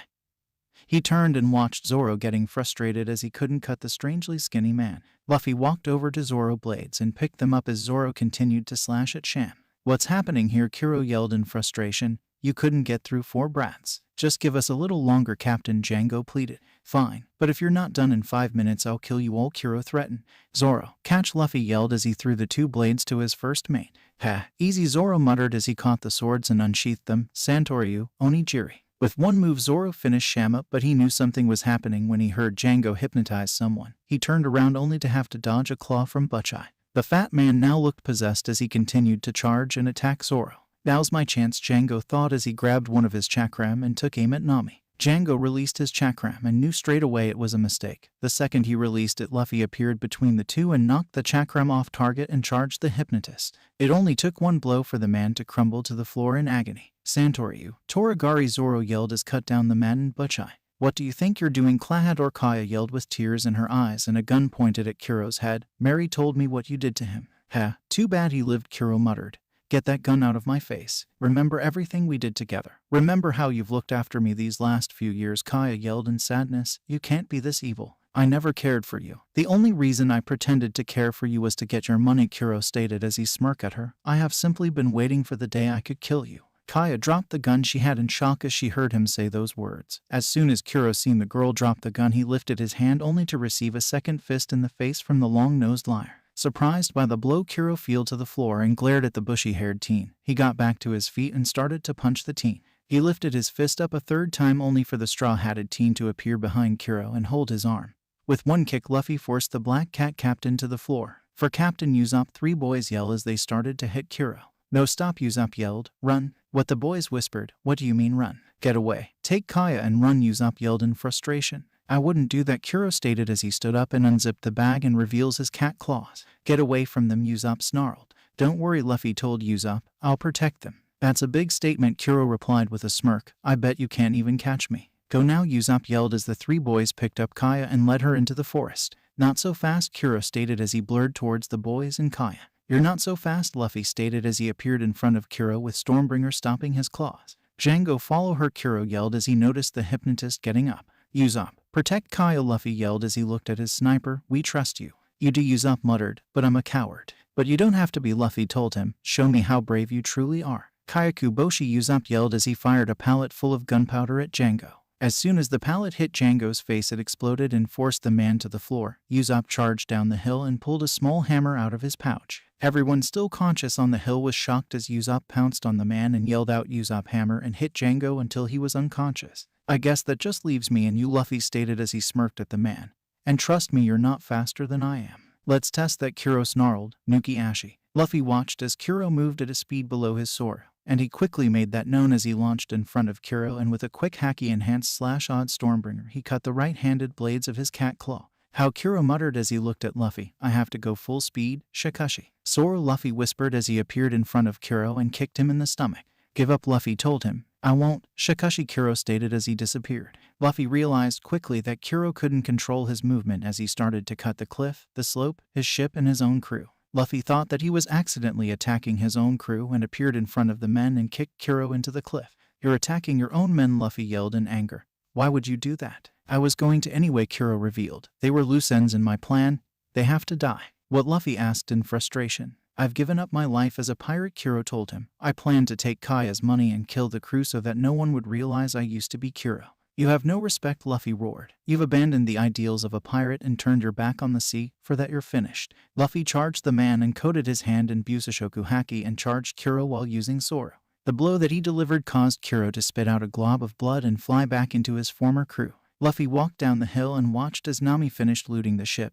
Once she got up, Luffy asked Zoro to help him throw all the men onto the ship, and once they were all on board, he pushed the ship out to sea. Never come back, Luffy yelled as the ship floated off and he returned to shore. The next day, this is the going Mary, Mary told the crew. Mary was a tall, formally dressed butler whose most distinguishing feature is his lamb-themed appearance. His hair is curly like a lamb's fleece and has 2 lamb horns sticking out of it.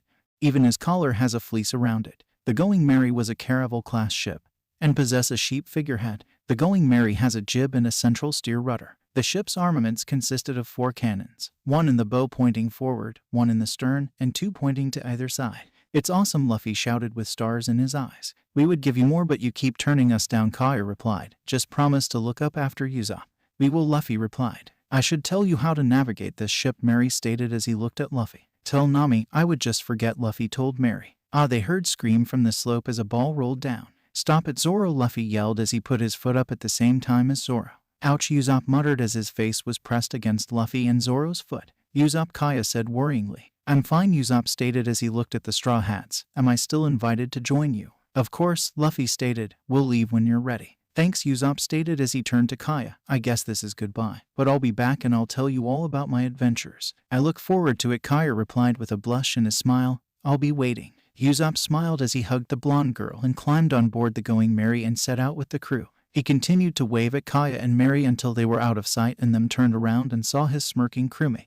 What are you bastards smirking at? Usopp yelled. Move list. Namori Boshi, lead star. Rankyaku, Tempest Kick. Santoryu, Onigiri, 3-sword style, Oni cutter, Rankyaku storm, Tempest kick storm, Toragari, tiger trap, Nuki Ashi, stealth walk, Kayaku boshi, gunpowder star, Shikushi, cat out of the bag attack, Soru, shave, Busashoku haki, armament haki. How about this? Luffy asked as he held up a disfigured straw hat wearing Jolly Roger. I guess it is scary in one way, Zoro replied as he stared at the crude drawing. I can draw better than that, Usopp told them. I bet you can't, Luffy yelled back. Give me a minute, Usopp asked as he pulled out a black flag and drew a Jolly Roger on it with a bandana and slingshot behind it. Draw one for us, Nami yelled as she hit Usopp on the head. All right, Usopp conceded as he painted another Jolly Roger, this time with a straw hat. Perfect, Luffy yelled as he smiled at Usopp. Bet you can't do it on the sail as well. Of course, I can, Usopp yelled back, rising to the challenge. I'll have it done as soon as possible. I can't believe he fell for that, Nami whispered to Zoro only to notice he was already asleep. Or, these men are going to kill me. That's great, Luffy yelled an hour later as he looked at his Jolly Roger on the sail of the ship. Do you want to test the cannon?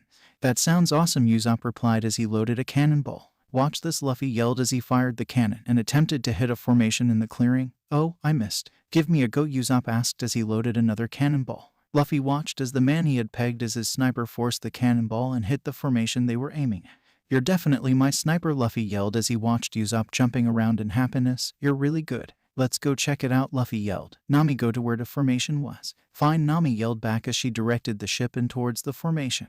The ship got near the ship when a strange man jumped on board. The stranger is an average-sized man with somewhat tanned skin. He is always seen wearing a pair of sunglasses and has a black tattoo on his left cheek that reads C. He has short, black hair and is usually seen carrying his sword. His eyebrows always seem to be pointing down to make a scowl. You've hurt Yasaku, the man yelled as he charged them with a sword. Stop, Luffy ordered as he clashed blades with the man. Who are you? Shut up, scum, the man spat. Your cannonball hurt Yasaku. We didn't know anyone was on the formation, Luffy replied calmly. Oi, Johnny, what are you doing? Zoro yelled as he woke up from the noise of combat. Big brother Johnny yelled when he saw Zoro. Yasaku is hurt, please help him. Bring him on board, Luffy orders as he sheathed his sword. Okay, Johnny yelled as he jumped off the ship, and when he jumped back on he had a Yasaku with him. Yasaku has a black shirt with a green coat and red headgear. He has plaid yellow shorts over unshaven legs and dark shoes and, like his partner, carries a sword. Please help him, Johnny pleaded. Where did he get these wounds? Luffy asked, hoping they didn't come from the cannon fire. They're old wounds that just reopened, Johnny cried. I don't know what happened. He has scurvy, Nami announced. Usopp and Luffy get as much limes as you can from the kitchen and start giving them to him. Okay, Nami, the two teens said as they bolted into the kitchen. Scurvy used to be dangerous for people who lived on the sea, but most of it was knocked out when fridges were made, Nami told them. You need plenty of vitamin C. You're so smart, big sister, Johnny cried as Luffy and Usopp started to squeeze limes into Yasaku's mouth.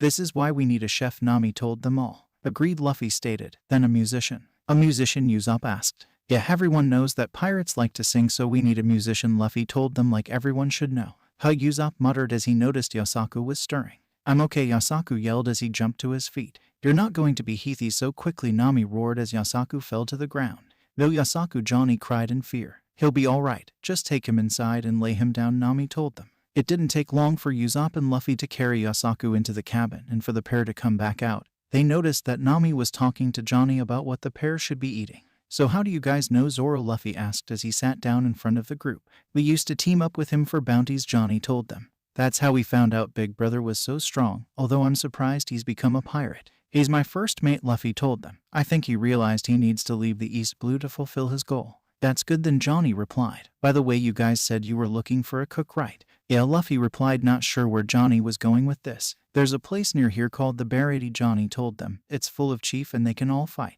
What? Luffy asked. A place full of fighting chiefs? I'll show you the way there to repay you for curing Yasaku, Johnny told them as he looked at Zoro. I've even heard that Hawkeye's has been sighted there. Really? Zoro asked, suddenly interested in the conversation. I'd never lie about that, Johnny replied as he looked at Zoro. I've heard that's where he's been sighted. Let's go then, Luffy yelled. To the Barrady. Fine, Nami conceded. Where's the Barrady? That way, Johnny stated as he pointed east. I'll help you get there. Later. There it is, Johnny yelled as he pointed towards a floating restaurant. It looks like a fish, Usopp noted as they approached the restaurant. It's got the best cooks of the East Blue, Johnny told them.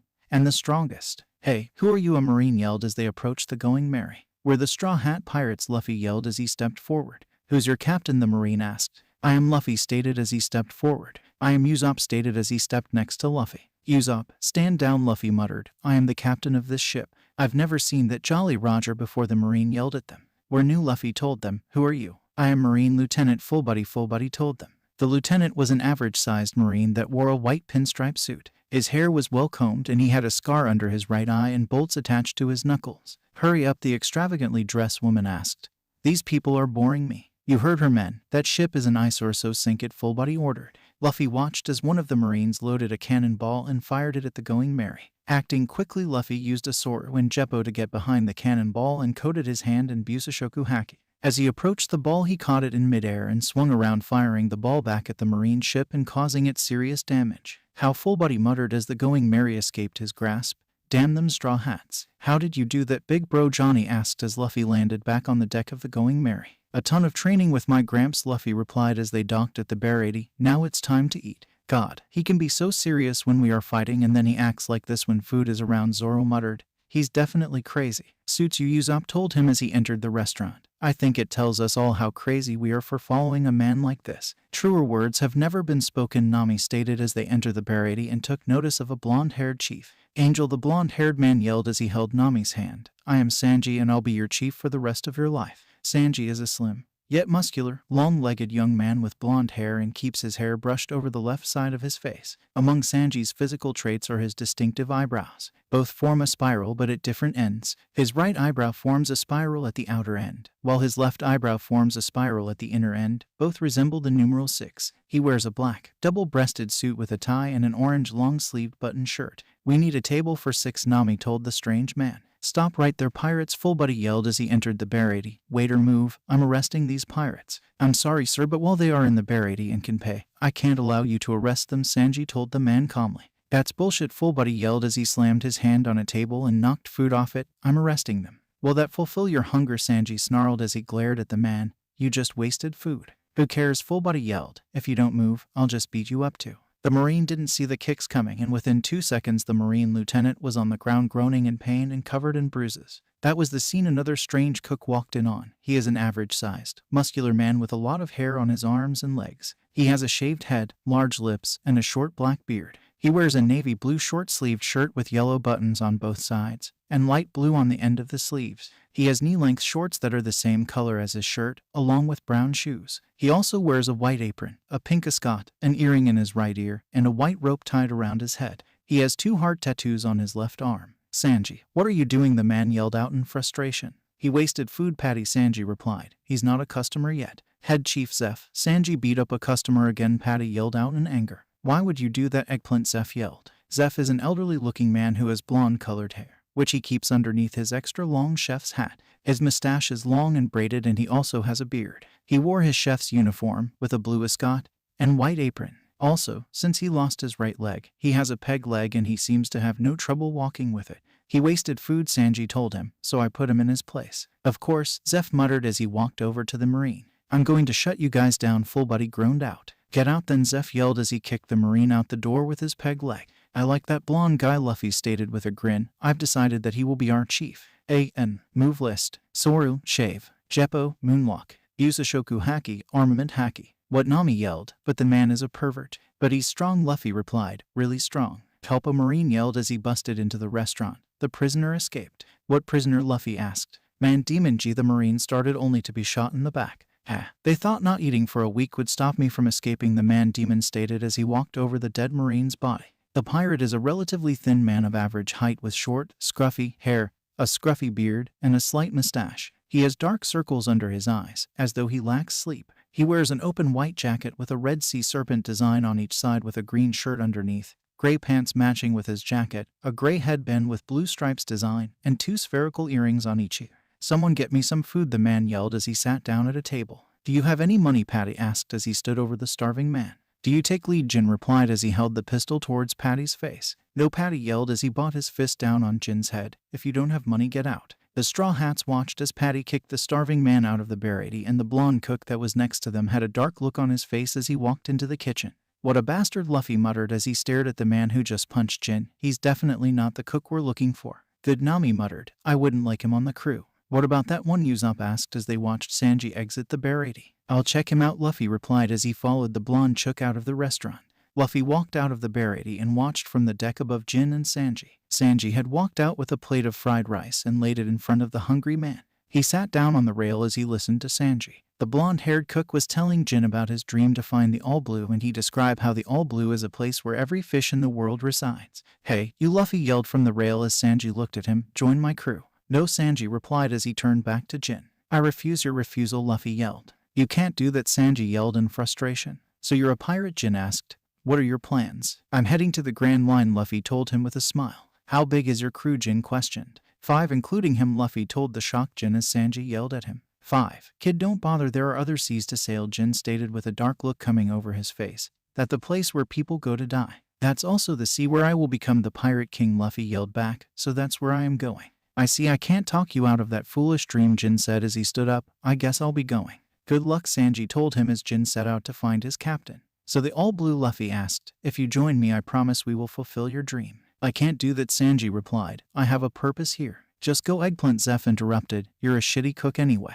"I'm never leaving this restaurant," Sanji yelled back. "He's letting you go," Luffy stated. "So join my crew." "No," Sanji said as he walked away. 3 days later. "This is at dawn," Krieg, Jin said as he dragged the large man through the doors of the barracks. Krieg is a tall and muscular, with short-cut gray hair and long sideburns. He wears golden woot steel armor, which is fur-lined like the rest of his attire, consisting of a chest plate, shoulder guards, and elbow guards. He wears a fur-lined coat over the armor. "Please give us food," Jin pleaded. "We have money." "No way," Patty yelled. "Someone call the Marines." "Please," Jin yelled. "Here," Sanji stated as he placed a plate of food in front of Krieg. "You traitor," the chefs yelled as Krieg gobbled up the food. "Ha, now I'm taking this ship," Krieg yelled as he stood up and punched Sanji into the ground. "Now give me enough food for 100 men," Krieg demanded. "Then I am taking this ship." "Why don't?" Jin asked in shock. "This ship will be our ultimate weapon," Krieg explained. "What are you doing?" Sanji Patty asked as Sanji began walking towards the kitchen. "I'm getting them food," Sanji stated. "Not on our watch," Patty yelled as they blocked the way to the kitchen.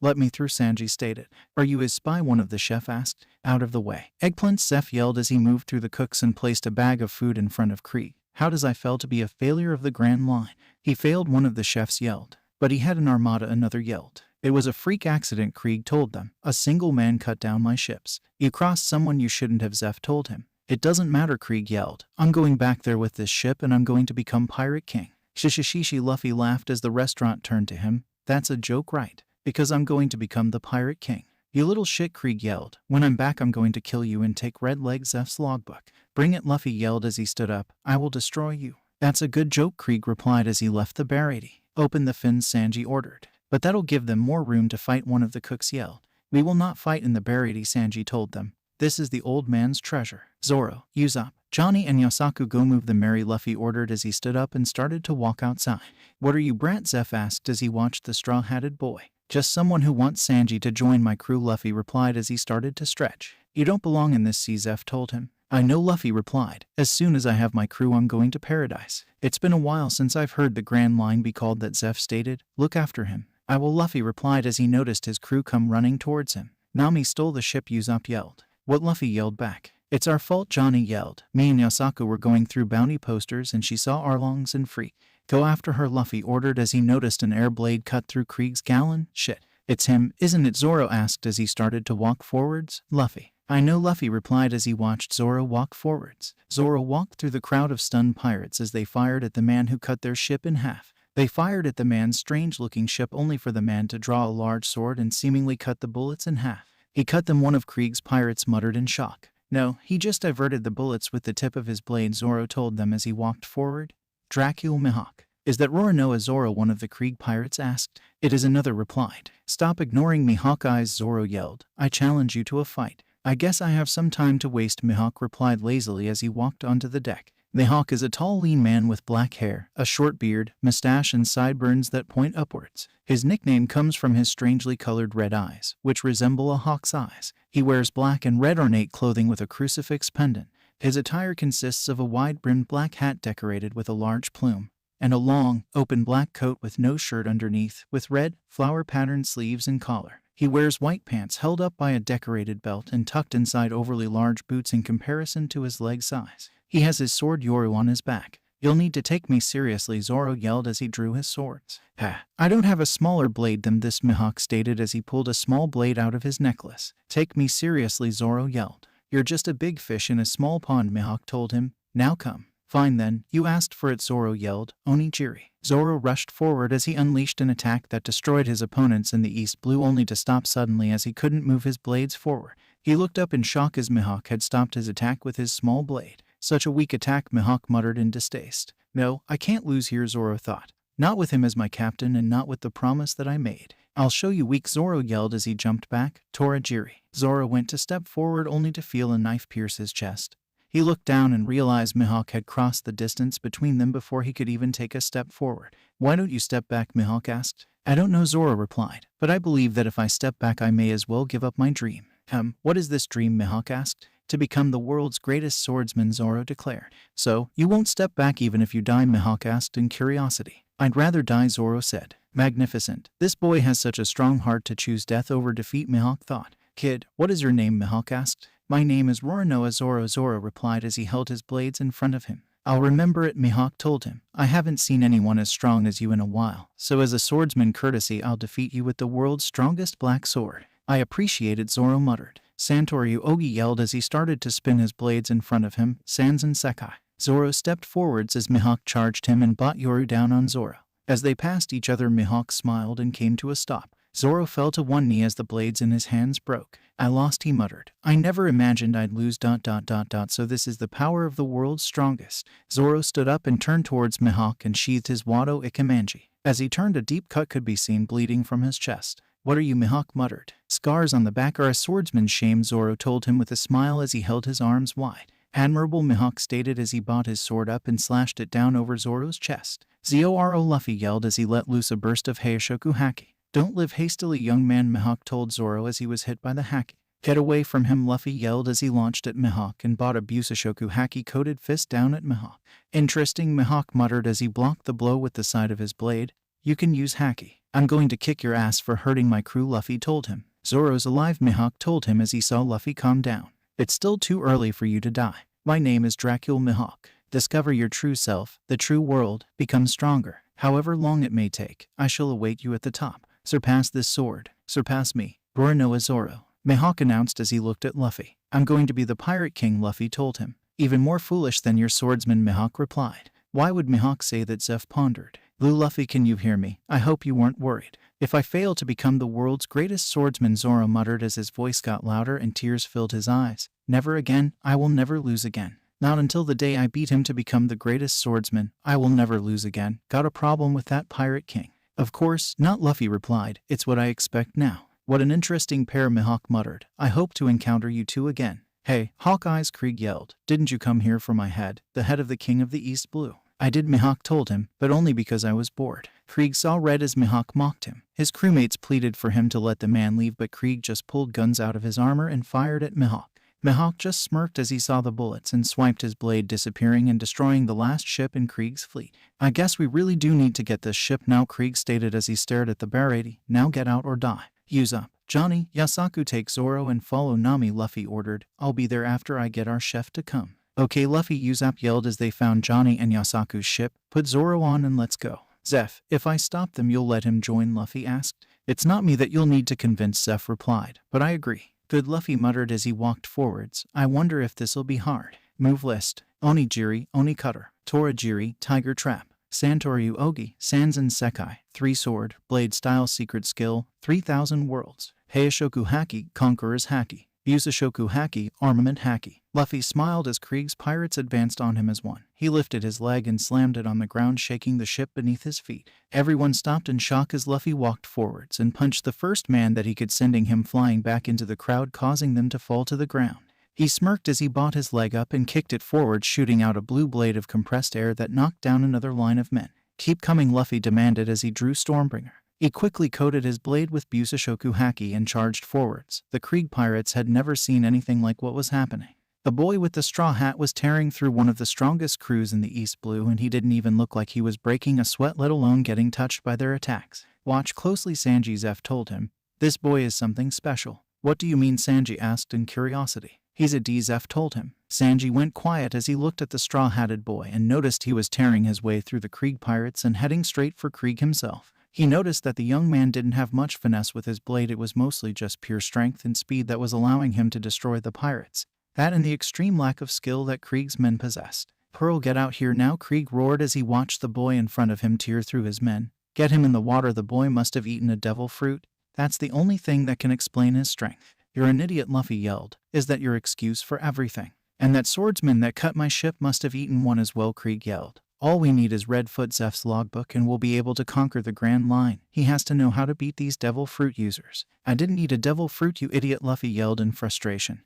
How did you survive a week in the Grand Line with a thorough process like that? How dare you, Krieg yelled as small cannon rose from his shoulders. Die. Tekai, Luffy muttered as the cannons fired as hit him in the chest. Ha ha ha, Krieg laughed. All will fall before the world's strongest man. You really are an idiot, Luffy stated as the smoke cleared and revealed he was unharmed. The first crew you met in the Grand Line would have slaughtered you. Sanji, go out and help him, Zeph ordered. I want you to see his resolve. Sanji smirked as he walked forwards and watched the strange boy tearing through the Krieg pirates. Sanji noticed that some were getting past Luffy's blade. He stepped forward as he placed a cigarette in his mouth. He lit it as he lifted his right leg. Party table kick course, he yelled as Krieg's men ran straight into Sanji's dangerous foot. Pearl, Krieg screamed as he looked around. Get out here. A man jumped out of the water near Sanji and was shocked by the amount of his crewmates that had been defeated. Pearl is a towering man. Pearl's ensemble includes 2 large iron plates covering his front and backside, as well as 2 small plates with large pearls embedded in them for strong, blunt attacks. Sanji jumped at the man and kicked him in the center of his shield. Acting quickly when he felt it waver under his leg, Sanji brought his foot up and kicked Pearl in the face. I'm bleeding, Pearl yelled out in shock. Danger, danger, danger. Sanji watched in fascination as Pearl caught fire and started to smash his hand into each other as he yelled danger and threatening to burn down the barricade.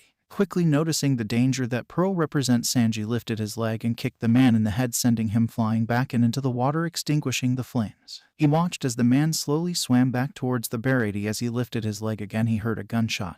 Turning to see who shot the gun, he was met with Jin holding a gun to Zeph's head. Give up or I will kill him, Jin pleaded. Just hand over the ship. The ship is the old man's dream, Sanji told him. Jin, kill me and let him go. Don't fight back, Jin told him as Pearl rose from behind him. If you do, I'll kill the old man. Please let him go, Sanji pleaded. Jin watched as Pearl slammed his hands into Sanji's head, forcing the young man to the ground.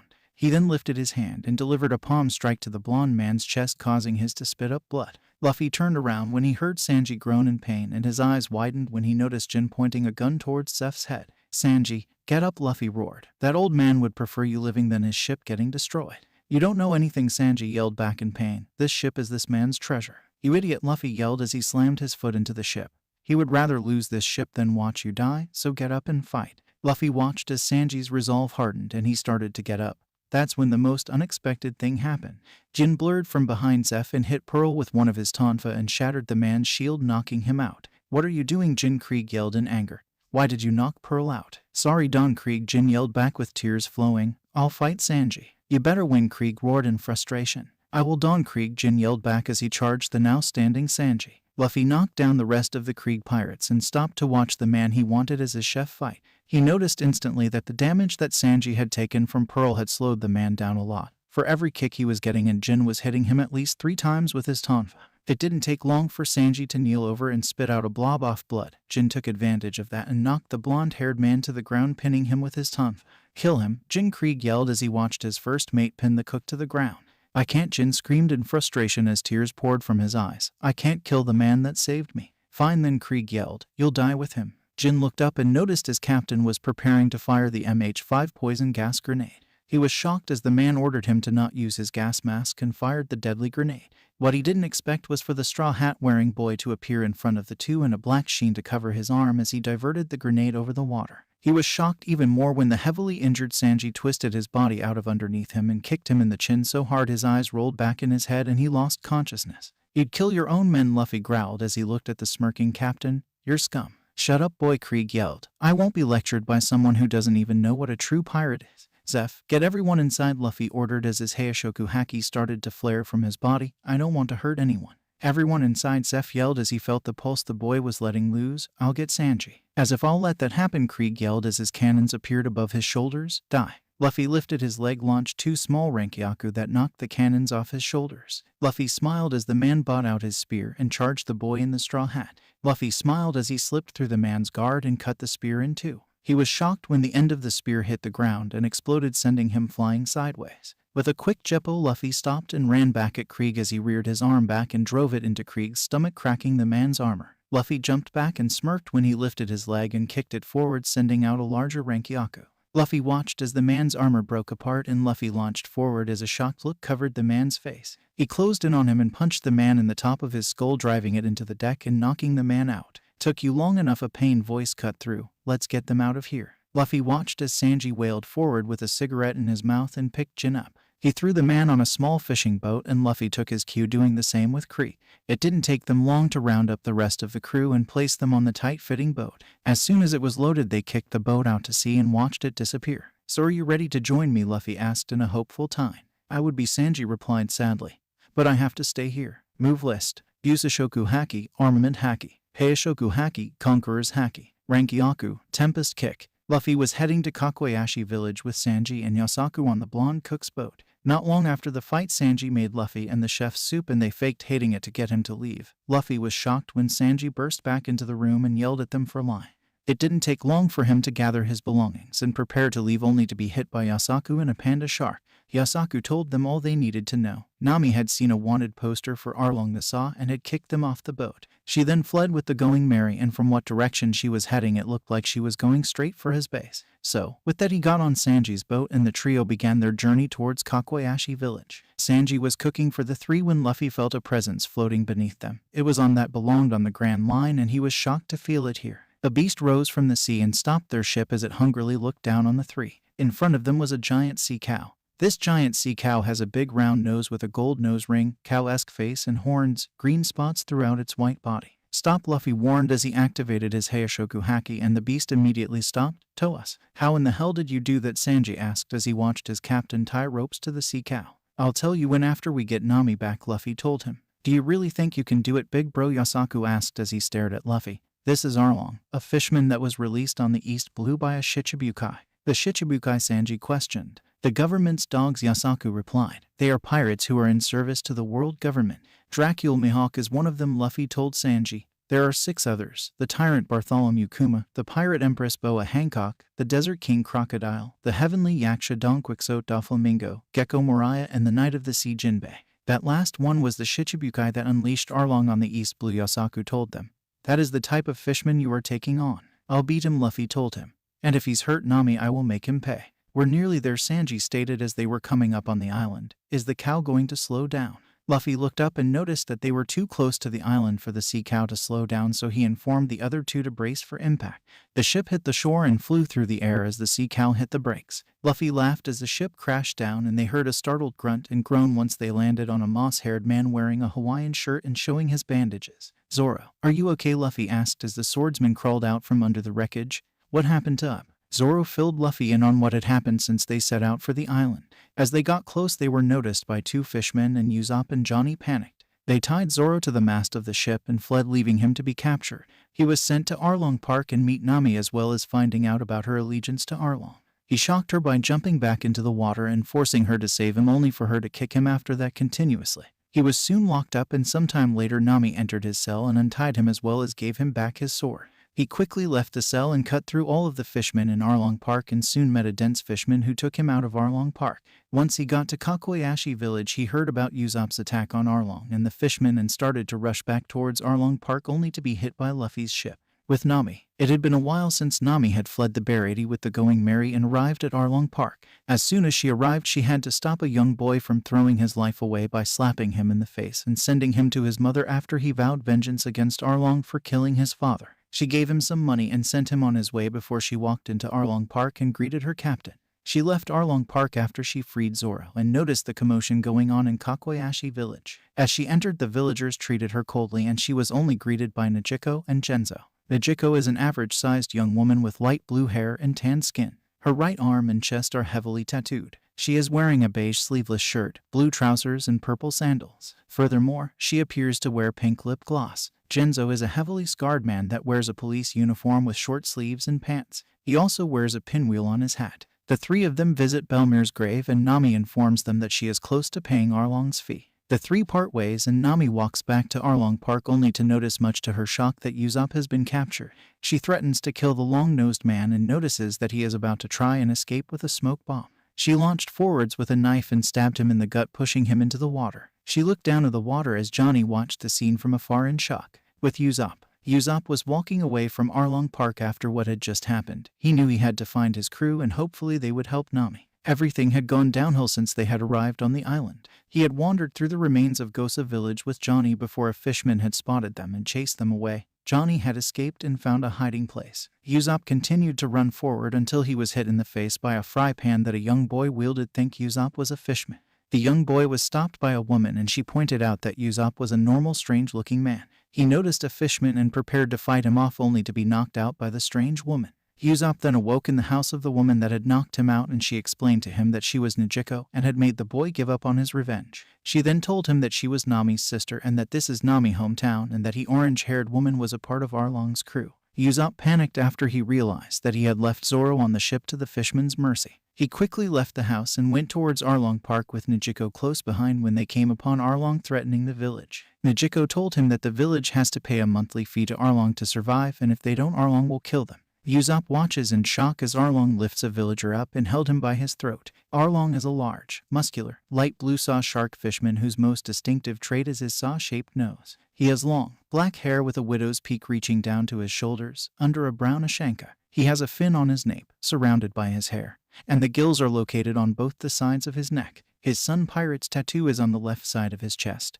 while his own Jolly Roger is on his lower left arm. Other notable features include thin, fierce light blue eyes and a long, angular jaw. Arlong's attire is composed of fashionable, light clothes. He wears a short-sleeved, unbuttoned yellow shirt decorated by many black lightning-like spots, Bermuda shorts which are brown, a purple sash around the waist and simple sandals. He also sports a lot of jewels. He has a golden chain bracelet around his left wrist and 2 golden bracelets around each ankle, with straw-like decorations hanging from them. On his hands are what appear to be rings, decorated by colorful gems. Usopp took to the roof and pulled out his slingshot using a Namori Boshi to hit Arlong and him into a rage. As soon as he saw the bloodlust in Arlong's eyes, he quickly ran away while some of the fishmen dragged Arlong away and the rest chased Usopp. He was quickly captured and taken to Arlong Park where Nami helped him escape. With Luffy, the Straw Hats were standing together when they heard a man screaming and running at them. "Big bro, Usopp is dead," Johnny yelled in sadness. "Nami just killed him." "I don't believe that," Luffy replied with frustration. "She wouldn't do that. She would." Nami cut in. "I only partnered up with you to get treasure." "We both know you're lying," Luffy shot back as he stared at his navigator. "I'll let you take the ship and leave," Nami told them as she stared at Luffy. "Don't ever come back." "I'm not going anywhere," Luffy stated as he sat down. "Fine," Nami yelled in anger as she turned around and walked away. "We're going to," Johnny stated in fear. "We're not going to be killed." The Straw Hats followed Luffy's lead and sat down on the ground as they waited for their captain to do something. Zoro and Sanji soon started to bicker as Luffy noticed a strange figure advancing on them from the hill. He ran straight at them at the wrong time as Zoro and Sanji just came to blows, causing the hooded man to be caught in the middle. The hood fell off and revealed a bruised Usopp. After yelling at Sanji and Zoro, Usopp told them what had happened at Arlong Park. He told them that he was going to attempt to escape when Nami saved his life. She shot forward and stabbed herself in the hand as she faked stabbing him and then kicked him into the water, allowing him to escape unharmed and undetected. "What are you guys still doing here?" Nijiko questioned as she noticed the pirates. "She told you to leave." "We're not leaving until we get our navigator back," Luffy told her. "She will leave with us." "Fine then," Nijiko relented. "I guess I'll have to tell you the truth about her." "The truth doesn't matter," Luffy stated as he stood up. "I know her." Nijiko just shrugged of the strange behavior as the straw-hatted boy stood up and walked off. As she began her story, she noticed that the green-haired swordsman had already fallen asleep, but that she told the remaining 2 about Nami's past, her relationship with Bellemere and the arrival of the Arlong pirates, as well as why she joined the pirates. Sanji and Usopp were seething with anger and didn't notice as Johnny and Yasaku disappeared during the chat with Nami. Nami was sitting at the table in her childhood house with a bottle of sake in front of her when she heard a commotion occurring outside. She quickly stood up and exited the house and noticed the strange-looking Marine leading a group of officers and following Genzo. The Marine was Captain Nezumi. Nezumi has the appearance of a rat. He has whiskers and rat ears attached to his Marine cap. He also has brown hair. Unlike other Marines, he has a grayish-blue button-up coat that goes down to his feet, with a black belt and blue shoulder pads. "Are you the cat burglar?" Nezumi questioned as he looked at Nami and then turned to his men. "There is stolen money here somewhere. As Marines, it is our job to get it back to its owners." "What?" Genzo yelled. "You can't do that." "I can," Nezumi replied. "There should be around 100 million. "How could you know that?" Nami questioned in shock. "This money is supposed to buy back my village." "The money was stolen, so we have to take it back," Nezumi snidely stated. "Tear everything up." Nami jumped into action as she noticed the Marines touching Belmir's tangerines. She pulled her staff out and slammed it into the first Marine's head and then advanced towards Nezumi until he pulled out a pistol. Nijiko jumped in front of Nami as the Marine fired the gun and hit Nijiko in the shoulder. How did you know? Nami screamed in anger as Genzo grabbed Nijiko. How did you know where the money was? Nezumi just laughed at the crying orange-haired woman as his Marines continued to pull up the tangerines. Nami knew then where he got the information from and made a dash for Arlong Park. She ran through the village and past Luffy. She soon reached Arlong Park only to hear the fishmen laughing. You sent him, didn't you? Nami yelled in frustration. You were never going to fulfill your deal. I never broke the deal and it's not my fault if you lost your money, Arlong mocked. I guess you just have to start again. Nami turned back around and ran back towards her village with tears freely flowing from her eyes as she thought about what the fishman just did.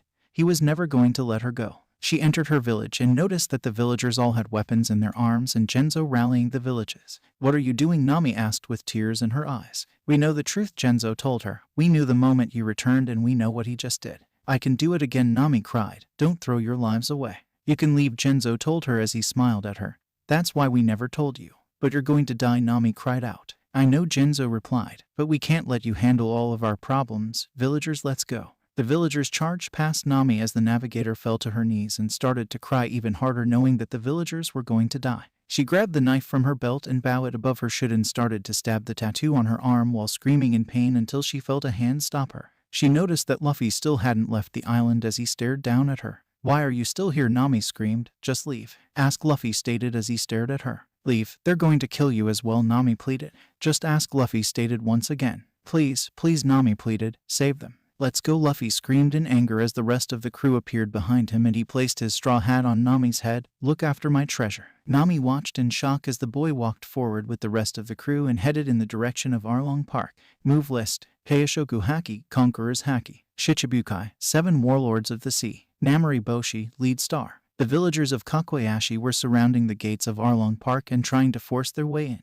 Their path was blocked by 2 bruised and determined bounty hunters that were crying tears of pain and anger. They were angry with themselves for jumping to conclusions about Nami, and after hearing her story and realizing she wasn't guilty, they decided to make up for their actions. The way they decided to do that was to take out the Arlong pirates. So they charged into Arlong Park and attempted to take the 20 million Billy Fishman's head. The only problem with that was that the fishmen were too strong. The bounty hunter duo were quickly beaten up and thrown out of Arlong Park, and that was when they realized that only those people could save this island. We can't let you go inside, Johnny told them. You'll all just die. Just wait, Asaku stated. They will be here soon. They asked Genzo. Nami's crewmates, Johnny told the villagers. They will be here to bring vengeance. But no one can bet the fishmen, one of the villagers yelled in a frightened voice. They can, Yasaku told them with conviction as he noticed the 4 young men walking towards them. Now move, they're here. The villagers parted as the 4 members of the Straw Hat crew walked by them as the villagers spoke in hushed voices. They were shocked that the bounty hunter duo believed these 4 could defeat the pirates that had been holding their village hostage for the past 10 years. The crowd of villagers watched in awe as the black-haired boy leading the small crew walked straight up to the gates of Arlong Park and blew them off their hinges with a single punch. The fishmen looked on in shock as a black-haired boy walked through the destroyed gate and glared at Arlong. Luffy keeps walking as Arlong, and the rest of the fishmen look at him in surprise. It only takes a few seconds for the Arlong pirates to break out of their stupor as 2 try to attack Luffy, only for him to slam his fists into their skulls and knock both of them out. Are you Arlong? Luffy asked as the anger could be seen in his eyes. I am, Arlong sneered as he looked at Luffy. And what is a puny little human like you doing around here? Arlong is a large, muscular, light blue saw-shark fishman whose most distinctive trait is his saw-shaped nose. He has long, black hair with a widow's peak reaching down to his shoulders, under a brown ashanka. He has a fin on his nape, surrounded by his hair, and the gills are located on both the sides of his neck. His Sun Pirate's tattoo is on the left side of his chest, while his own Jolly Roger is on his lower left arm. Other notable features include thin, fierce light blue eyes and a long, angular jaw. Arlong's attire is composed of fashionable, light clothes. He wears a short-sleeved, unbuttoned yellow shirt decorated by many black lightning-like spots, Bermuda shorts which are a purple sash around the waist, and simple sandals. He also sports a lot of jewels. He has a golden chain bracelet around his left wrist and 2 golden bracelets around each ankle, with straw-like decorations hanging from them. On his hands are what appear to be rings, decorated by colorful gems. I'm here to make you regret making my navigator cry, Luffy yelled in rage as he slammed his fist into Arlong's face and sent him flying across Arlong Park and through a wall. He hit Arlong, one of the fishmen muttered in shock. Don't worry, there are only 4 of those weak little human, a fishman ordered. Hatchin, summon him. Hatchin, being an octopus fishman, has 8 appendages and an octopus-like face. He has pink skin and gray hair styled with 5 spikes. He has a muscular build and has suction cups on his 6 arms, which he can use to cling onto walls. Hatchin has a tattoo in the shape of a sun on his forehead, which is to represent that he was a part of the Sun Pirates. While most fishmen have webbed hands, octopus fishmen and women do not. He wears a striped outfit. Okay, Kurubai, Hatchin replied as he turned his back on the group. Chu, let's help take out those weak beings. Kurubai has the typical appearance of a martial artist, with a dark blue gi and a black belt. His hair is tied into a straight ponytail. His Sun Pirates tattoo is on the right side of his chest. Chu is muscular, blue-skinned, and has thick lips. His Arlong Pirates tattoo is seen on his right shoulder. He wears a necklace, a striped blue vest, dark brown leather pants, and sandals. On it, the thick-lipped fishman replied before he got hit in the eye by an egg. Chu turned to the perpetrator in rage as he noticed Usopp standing there with his slingshot and shaking knees. With an "all crap," Usopp turned on his heels and bolted back out of the gate, only to be followed by Chu, who stopped by the mass amount of villagers until he once again received an egg to the head. The fishman once again began his pursuit of the long-nosed pirate that had been shotting eggs at him. Kurubai rushed forward in an attempt to take out the blonde-haired pirate, only for his blow to be blocked by a single leg. Sanji smirked at the blue fishman and jumped backwards as he felt Kurubai pushing forward. He immediately knew that this may be a hard battle. Zoro unsheathed his Wado Ikemanji and charged at Hatchin as the fishman blew into a horn that sounded throughout the area. As Zoro went to deliver a slash, he felt an excruciating pain flood his chest and his blade being blocked by Hatchin. "It's the monster," one of the villagers yelled as Momo appeared from the water. "What do we do?" Luffy looked up and took in the sight of the sea cow. With a smirk, Luffy looked up at the sea beast and unleashed a wave of his Heishoku Haki, freezing it in its path and knocking out all the remaining fishmen that weren't in battles. Luffy walked forwards and sat down on the seat that Arlong was sitting on and started to watch his crew fight. With Zoro, Zoro could feel the pain coursing through his body as he stared at the strange-looking fishman in front of him. The octopus fishman had quickly gotten his 6 blades and had been mocking Zoro about his strength.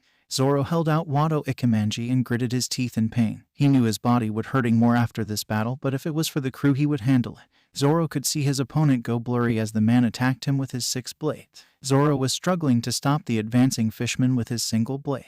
He was slowly receiving more and more. His wounds were affecting him worse than he ever thought they could. As Hatchin approaches the green-haired swordsman for a final attack, he heard a yell, the swish of 2 blades flying through the air. A smirk crossed Zoro's face as the swords closed in on him. Hatchin was preparing to deliver his finishing blow when Zoro caught both swords and blocked the fishman's attack. The fishman then opened his 6 swords using the superior power granted to him. This caused Zoro's guard to break and allowed Hatchin to headbutt him in the gut. As Zoro went flying back, he spat out blood and his Hawaiian shirt tore off, revealing his wounds to the shocked villagers and fishmen.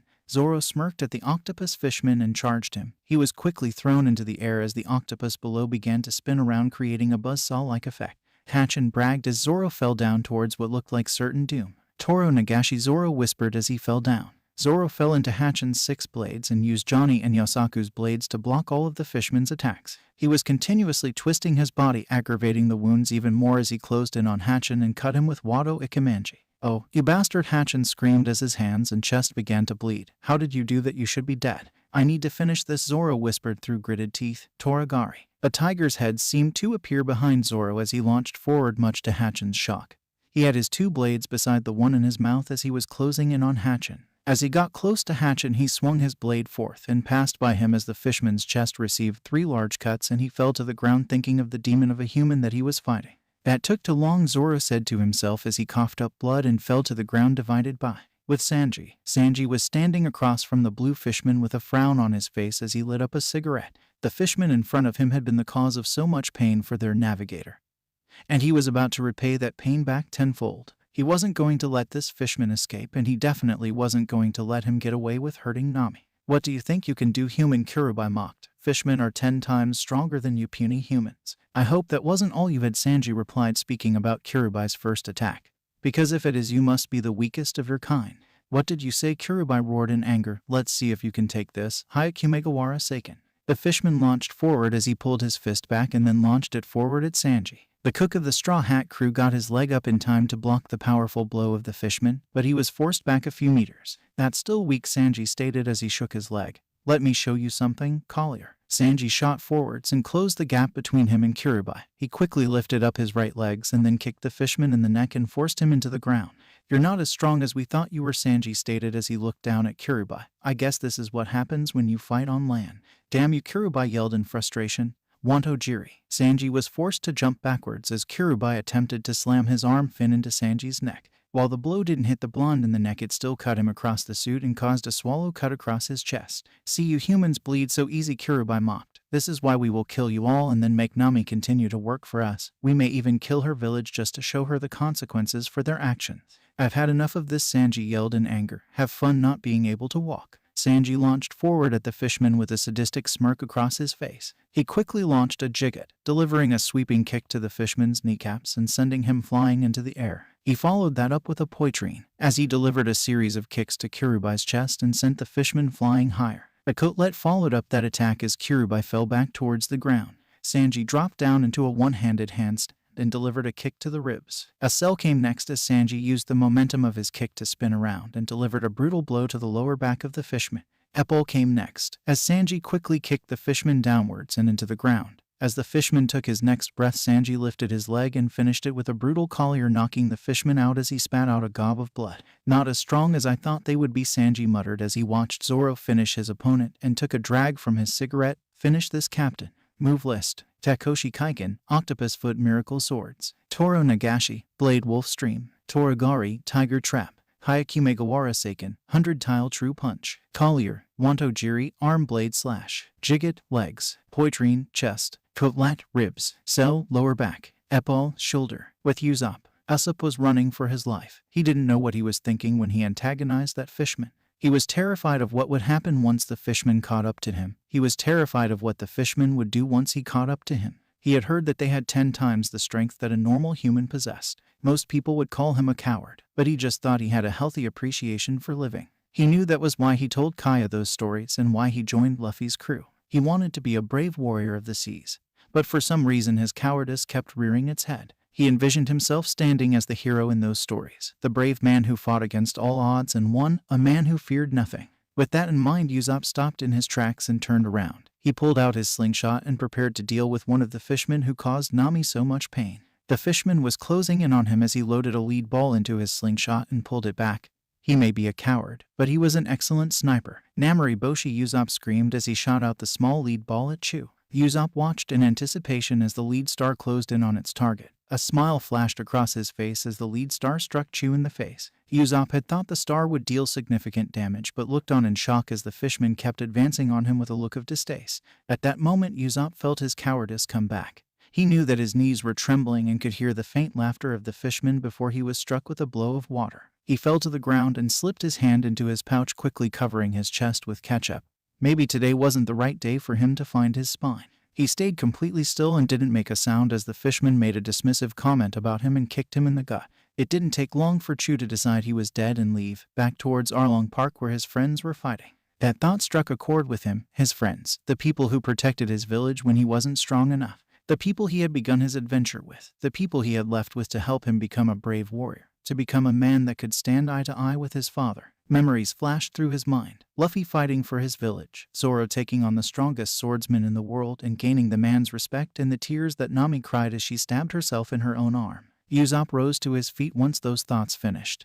He'd rather die here than let that fishman hurt one of his crewmates. He reached into his pouch and pulled out another lead star. He had a plan in mind and he only hoped it would work. The pain from his chest flared as he pulled back his slingshot and launched the lead pellet at Chu. The fishman didn't even flinch as it hit him in the back of the head. He did turn around quickly and give Usopp a sinister smirk. "I'm not finished with you yet," Usopp yelled in some form of confidence. "I won't let you lay another hand on my friends." "How cute," Chu said snidely. "You think a little human can hurt a superior fishman?" "I don't think I can hurt you," Usopp yelled, suddenly being filled with confidence. "I'm going to break you." "I'd like to see you try." Chu laughed as he saw a bottle of booze flying at him. With one quick motion he caught it and laughed harder. "What are you planning to get me drunk?" "No." "Namori Boshi!" Usopp muttered as he shot a lead star at the bottle of booze. It exploded and covered Chu in the liquid that was inside. "Alcohol is combustible." What? Chu screamed, suddenly afraid of what was about to happen. "Teen Boshi!" Usopp yelled as he shot out a pallet that caught fire and hit Chu. He was shocked at the screams of pain that came from the fishman, but then he realized his mistake. He lit the fishman on fire near a pond. The fishman soon noticed it as well and jumped into the pond, stopping the fire that was lit on his body. Usopp panicked as Chu rose from the water with second-degree burns covering his body. He glared at Usopp as he sucked up the water from the pond and spat out a glob of water that Usopp had to dodge. Usopp retreated back behind the trees near him and watched the angered Chu destroy the trees nearby with globs of water. He reached into his pouch and felt the gift he received from his father, the gift that he never wanted to use. He had promised himself it would only be used as a last resort. He pulled it out to reveal an old flintlock that was kept in immaculate condition. This was the pistol that his father left home with, the pistol that he begun adventuring with. Usopp loaded the pistol with one bullet. He knew that was all he would need. This fight would be over in one shot. He would finish this and this fishman would never hurt one of his friends again. He quickly rolled out of his cover and took aim. He pulled the trigger and watched as the bullet left his gun. He watched it travel the distance in seconds and enter the shocked fishman's skull. Chu crumbled to the ground as Usopp watched in shock and then threw up. He'd never killed anyone before. Earlier with Luffy, Nami had arrived shortly after Zoro and Sanji had begun their fights. She was shocked as the two beat down two of Arlong's strongest subordinates. That wasn't what drew her attention, though. Her captain was standing across from Arlong and giving him the angriest glare she had ever seen. Arlong seemed to be unfazed by the look, but she noticed that a look of sheer panic crossed his face as Kurubai and Hatchin fall to the attacks of the crew members of the boy in front of him. "Guess I'll have to fight," Arlong sneered as matched Luffy's glare. "I guess they got rusty." "No, they were just weak," Luffy told him bluntly. "That's why you're hiding in the weakest of the blues. You didn't expect anyone to be able to fight you. And you think you can?" Arlong laughed. "You think you can stand up to a fishman?" "I know I can," Luffy replied as he shot forward and punched Arlong across the jaw. Luffy watched as Arlong was flung backwards and into the wall of Arlong Park. He quickly rushed forward and kneed the fishman in the stomach, causing him to kneel over in pain. He quickly reared his fist back again and punched Arlong in the face, sending him into the building. Luffy quickly followed the shark fishman into the building and kicked him into the air, sending him to the top floor of the tower. The young pirate smirked at his opponent and jumped after him, landing in a small room with a desk and chair that is covered in paper. Luffy looked around as noticed that on the paper maps were drawn and the pen was covered in blood. Shahaha, Arlong laughed as he got to his feet and noticed what Luffy was looking at. "This is what I use that bitch for. This is what she is made for." "What did you just say?" Luffy asked in anger. "You'll never know how to use that orange-haired bitch like me," Arlong laughed. "You're dead," Luffy screamed as he dashed over to Arlong and kicked him on the shoulder, forcing him back downstairs. Luffy jumped through the roof and watches as Arlong dropped to the floor. He reared his leg back and launched out multiple Rankiaku. Luffy smiled as his move cut the building into pieces and it fell to the ground as he floated above it. He dropped back to the ground when as soon as the whole building collapsed and waited for Arlong to rise out of the debris. Luffy watched as the fishman rose and glared at the young pirate. His eyes were now bloodshot. Luffy could feel his bloodlust radiating off him. He quickly unsheathed Stormbringer and blocked the dart-like move from Arlong. His sword was pressed against the fishman's long nose. "You know I did make a promise," Luffy said darkly. "That nose you have so much pride and won't be attached to your body for much longer." Arlong's eyes widened in shock as Luffy coated his blade with Busoshoku Haki. Arlong stumbled back as he realized the power that the lowly human in front of him possessed. As Arlong stumbled back, Luffy took advantage of the opening and swung his blade as hard as he could, causing the blade to catch fire and cut through Arlong's nose like butter. As soon as the sword cut of the nose, it cauterized the wound and made Arlong scream out in pain and gasps of horror to come from the crowd. A dark smile appeared on Luffy's face as he watched Arlong stumble backwards. This wasn't how he would normally handle a fight, but this monster in front of him had hurt his friend and laughed at her pain, and for that he needed to pay. Luffy sheathed his blade as he prepared to use his strongest move, a move that he promised his grandfather that he would only use in certain circumstances. "This is finished," Luffy told Arlong. "This is my most powerful move, my most painful one, and you're going to be the first person to experience it." "Rokuogan," Luffy yelled. The young pirate had both of his fists right in front of Arlong. As soon as he pushed forward, a devastating shockwave was shot through Arlong and his body, causing the fishman to drop to the ground. Luffy stood over the defeated and smirked down at him. He had hurt the man that had hurt his friend. "Nami, you're our friend, right?" Luffy yelled out with sweat glistening his body. "Of course," Nami yelled back with tears pouring out of her eyes. "We will always be." "He did it," Genzo muttered in shock. "We are free. Tell everyone we are finally free." "Stop right there," an arrogant voice yelled. "I will be taking the treasure and the bounty on Arlong's head as well as the claim to his defeat." "You will do no such thing," Genzo yelled. "You Marines did nothing for us." "It doesn't matter," Nezumi stated. "We're the Marines, we do as want." "Fuck off," Nami roared as she jumped forward and slammed her staff into the Marine captain's head. "This is our island." "Nami," Luffy cut in. "Watch this." Luffy looked at the rest of the Marines and smirked at them. He was ready to take them all, but he decided to show off. With a quick burst of Hayashoku Haki, the rest of the Marines crumbled to the floor and the Marine captain stared at him in shock. "Get out," Luffy shouted as the captain crawled away in retreat. "I'll see that you have a bounty on your head," Nezumi yelled in embarrassment.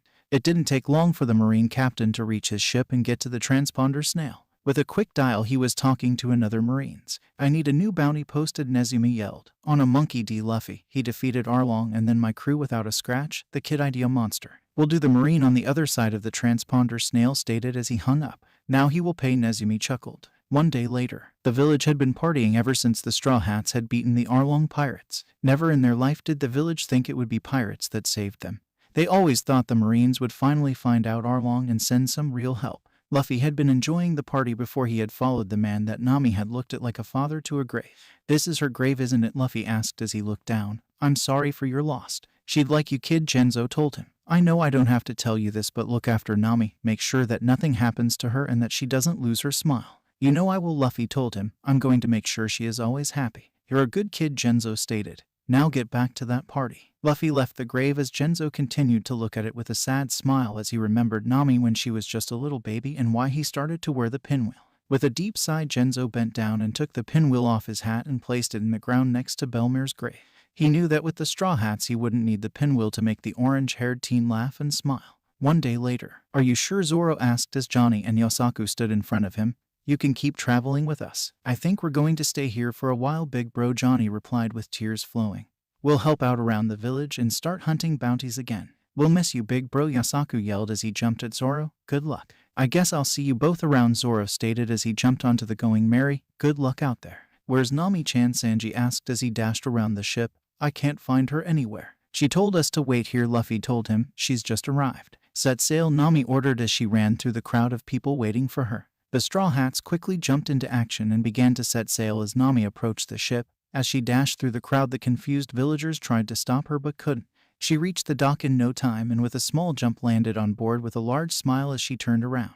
"See you guys later," Nami yelled as she pulled up her shirt and the villagers' wallets fell to the deck. Nejiko and Genzo stood at the front of the crowd as they bickered about the orange-haired witch. They both had large smiles on their face. It was then that Nejiko noticed that Genzo didn't have the pinwheel on his hat. When she questioned him about it, she just gave him a small smile and told her it wasn't needed again. Move list: Namori Boshi, lead star; Keen Boshi, flame star; Rankyaku, tempest kick; Yusashoku Haki, armament haki; Rokuogen, 6 king gun; Hayashoku Haki, conqueror's haki. "If you keep increasing your price, I won't buy the paper anymore," Nami warned the pirates as she took the paper from it and gave it some money. "Always increasing their price." "Why are you even arguing about the price?" Usopp asked her. "You have plenty of money now." "Yes, but that money's for me now," Nami stated as her eyes turned into bully signs. "And I get to spend it however I want." Usopp nodded his head at that statement. He guessed that after all the years of saving money for all these years and not spending it on herself granted her this newfound love. As he turned away and continued to work on new types of ammo for his slingshot, he heard a loud scream. He quickly turned back to Nami and noticed that the blood had left her face. She was looking down on the deck of the ship where she had dropped the paper and spilled the posters that it contained. He quickly got up to see what she was scared off. As he looked at the photos, his eyes widened, and he picked up one. "No way," Sanji stated as he looked over the long-nosed pirate's shoulder. "East Blue Marine Headquarters. We have to do something about this boy," one of the Marines yelled. "Captain Nezumi and Lieutenant Fullbody have demanded that bounties be put on his head. Add what he did to all the big names in the East Blue. First Buggy the Clown, then Don Krieg, and finally Arlong," one of the Marines stated. "And how brutal he was with the fishmen. Also, Arlong's wound looked cut and cauterized at the same time," one another Marine yelled. "And how he escaped each fight with minimal damage. I propose a bounty of..." The head Marine in the East Blue declared, much to the shock of the rest of the room, although they agreed with him soon after. "Moby Dick." Ace, one of the Whitebeard pirates said. "You said your brother's name was Luffy." "Yeah, why?" Ace asked in confusion. "I think you're going to want to look at this," the pirate said as he handed Ace the wanted poster. "Straw Hat Luffy," Ace said as he read the name. The photo made his childish little brother look intimidating, so he already got a bounty. "Look at it," the pirate told Ace. "Huh," Ace said. Then he looked at the bounty and his eyes widened in shock. "Pops, look at this." The Whitebeard pirate could only sweat drop at the actions of their second commander as he ran off looking for their captain. He thought that Ace would worry a bit about his little brother, but he guessed that he knew Luffy better than anyone. Still, it was a weird bounty. A small island in the New World. A ship, one of the red-hair pirates muttered to himself. "Oh shit, someone wake up the captain, Hawkeye is here." "I'm on it," another yelled as he ran into camp. "Captain, wake up." "Be quiet," Shanks stated as he sat. "That party is still affecting me." Hawkeye is here, the pirate told Shanks. Old Haki, Shanks whispered with a smile. I told you never to call me that, Mihawk stated as he walked through the red-haired pirate's camp. I thought you should know something. What is it this time? Shanks asked. You once told me about a young boy in the East Blue that you trained and gave your hat to, Mihawk said. Luffy, Shanks told him as Mihawk nodded. Hey guys, I think old Haki has meet Luffy. Little Luffy, Yasopp stated as he sat up, and murmuring of Luffy could be heard around the camp. I met him in the East Blue and I can see why you have an interest in him, Mihawk stated. Although my interest is in his swordsman, I thought you would want to see this. At that, Mihawk threw a bounty poster at Shanks, who looked at it with wide eyes that held pride in them. The other pirates started to look over his should and all smiled, fondly remembering the little boy they knew. This calls for a party, Shank yelled. And you're not escaping this. I want to hear about your meeting. I swear you're still a child, Mihawk whispered as a small smile graced his face. Fushia Village. If one looked at the little village of Fushia, they could see that a massive celebration was taking place. Some may ask why, but anybody from that village could see. Their own Monkey D. Luffy just got his first ever bounty poster, and the village deemed that worthy of a celebration. All of the villager bar one was party. The one was the mayor of Fushia Village, and even if he was saying they shouldn't be partying, those that knew him could see that he had a small smile on his face. Even the mayor was proud of the villager's young troublemaker. Going merry. Straw Hat Luffy, Sanji read aloud as the crew gathered around him. Wanted dead or alive for 80 million bully. Good job, Zoro simply stated as he gave a nod to his captain. So big, Usopp whispered in disbelief. What are we going to do, you fool? Nami yelled. This means we will be hunted by the Marines, bounty hunters, and even other pirates. I guess you're right, Luffy told her as he had a large smile plastered on his face. But I was only planning to go to one more island anyway. So, we're nearly ready, Zoro asked. We're going to the Grand Line. Of course, we just have to stop at Logtown first, Luffy told the crew. The town of the beginning and the end, Sanji mused aloud. Of course you want to go there. Of course, it's where the Pirate King was born and where he died, Luffy told them. I want to see the execution platform. I hope that's not the only reason, Nami said as she looked at Luffy with a small frown. Of course, not, Luffy told her. Zoro needs some new blades and we need to buy some supplies. Nami, make sure to buy a log pose and give Zoro some money from the crew storage. A log pose, Nami questioned. It's the only way to get around in the Grand Line. Normal compasses don't work due to the magnetic fields, Luffy informed the group. Okay, and Zoro better pay it back, Nami threatened. She wouldn't let money be spent so freely. He will, Luffy told her, through the use of his blades. Fine, Nami grumbled, but we can only afford to give him 100,000 billy. I'll make do, Zoro told her as he walked away and fell asleep. One day later, the crew had just docked and split up to go their different ways. Zoro was going to find himself a sword shop, Sanji was going shopping for food, Usopp was going shopping for ammo, Nami was going to buy a log pose and then go clothes shopping, and Luffy was going to find the execution stand. Zoro was walking through the back streets of Logtown and looking for a sword shop that would give him 2 blades that he could use for such a low price. As he was walking around, he noticed a commotion and walked over to it. A woman was getting pushed around by 2 men who were extracting revenge for their captain defeat by her boss. As Zoro began to unsheath his sword, the woman jumped into action. With 2 quick slashes of her blade, she put both men down and cuffed them. Zoro had rarely seen such finesse with a sword in the East Blue. She wasn't anywhere near Mihawk's level, but he could comfortably gauge her as one of the better sword users in the East Blue. Those thoughts left his head as soon as she took 2 steps. It seemed she was clumsy as she fell, and her glasses fell from her face. Here, Zoro stated as he handed the woman her glasses, only to look at her in shock. He couldn't believe his eyes. She has dark brown eyes and wears her black hair at chin length and wears rectangular glasses with red frames. She wore a yellow buttoned-up shirt with suns covering it. Over that she wore a white-trimmed, waist-length blue leather coat. She also had on blue jeans with black shoes. Overall, she looked just like his childhood friend who died, Kuina. What are you looking at? Kuina demanded as a blush adored her face. Sorry, Zoro yelled as he jumped to his feet and rushed off, hoping to find a sword shop. Zoro continued to walk through the streets but struggled to get the image of that woman out of his head. She just looked so much like Kuina. As he was wailing, he noticed a sword shop and quickly entered it. He hoped that they had 2 decent swords for the money that he had. How may I help you? The man asked from behind the counter. I need 2 swords for 100,000 bully, Zoro stated as he watched the man become disinterested straight away. The barrel over there contains swords for 50,000 bully, the man replied in a disinterested tone until he saw the blade on Zoro's waist. Can I see that blade, sir? Sure, Zoro said as he handed the blade to the man and watched him inspected it. I'll give you 200,000 bully for it, the man stated. Then you can buy 3 swords for 100,000 bully each. It's not for sale, Zoro told him. 500,000 bully, then the man said. No, it's not for sale, Zoro told him with a glare. Oh, it's you again, Kuina stated as she took notice of his blade. Wait, is that the Wado Ikemanji? Yes, Zoro simply said in an annoyed tone as he watched the woman flip through a small book's pages. That's worth 10 million, Billy Tashigi told him as the shopkeeper glared at her. It's one of the 21 Owazamano grade swords. Take your Shiger and get out of her, the shopkeeper barked as he threw her sword at her, only for her to catch it and fall into the shelf behind her, knocking all the swords off. Clean that up. Sorry, Tashigi yelled as she started to clean up her mess. Zoro ignored her as he began to look into the barrel for 2 swords, only for one to stand out to him. He picked it up and looked at it in curiosity. Something about this blade was wrong. You can't be selling that for 50,000, Bully Tashigi stated in surprise. That blade is the Sandai Kaitsu. I can't sell you that, the shopkeeper told Zoro. See, I thought it was wrong, Tashigi stated. It's not that, the shopkeeper said. The blade is cursed, Zoro told them, much to their shock. I can feel it. You can tell, the shopkeeper muttered in shock.